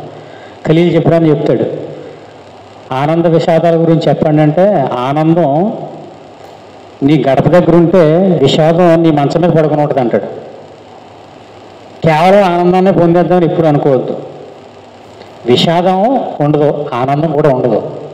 అవి మిమ్మల్ని అలా తాకి వెళ్ళిపోతాయి. విషాదం వచ్చినప్పుడు సాధనలో కూర్చోండి, మాయమైపోతుంది. ఎందుకంటే మీకు ఈ కారణం కూడా తెలియదు, ఎందుకో విషాదం అనిపిస్తుంటుంది. ఏంట్రా ఈ జీవితం అనిపిస్తుంది ఒకసారి, ఎంత అలాంటి వాళ్ళకైనా. చక్కగా సాధన చేసుకున్నారనుకో, మళ్ళీ సాధనలో మీరు వస్తువులకి అది వెళ్ళిపోతుంది, దాని ప్రయాణంలో అనేది. ఆనందమైనా అంతే, అది వస్తుంది అలా వెళ్ళిపోతుంటుంది. అందుకని మీరు ఆనందాన్ని కోరుకోవద్దు, విషాదాన్ని కోరుకోవద్దు. సాక్షిగా మీ జీవితాన్ని మీరు కొనసాగించడమే జీవితం. So thank you very much.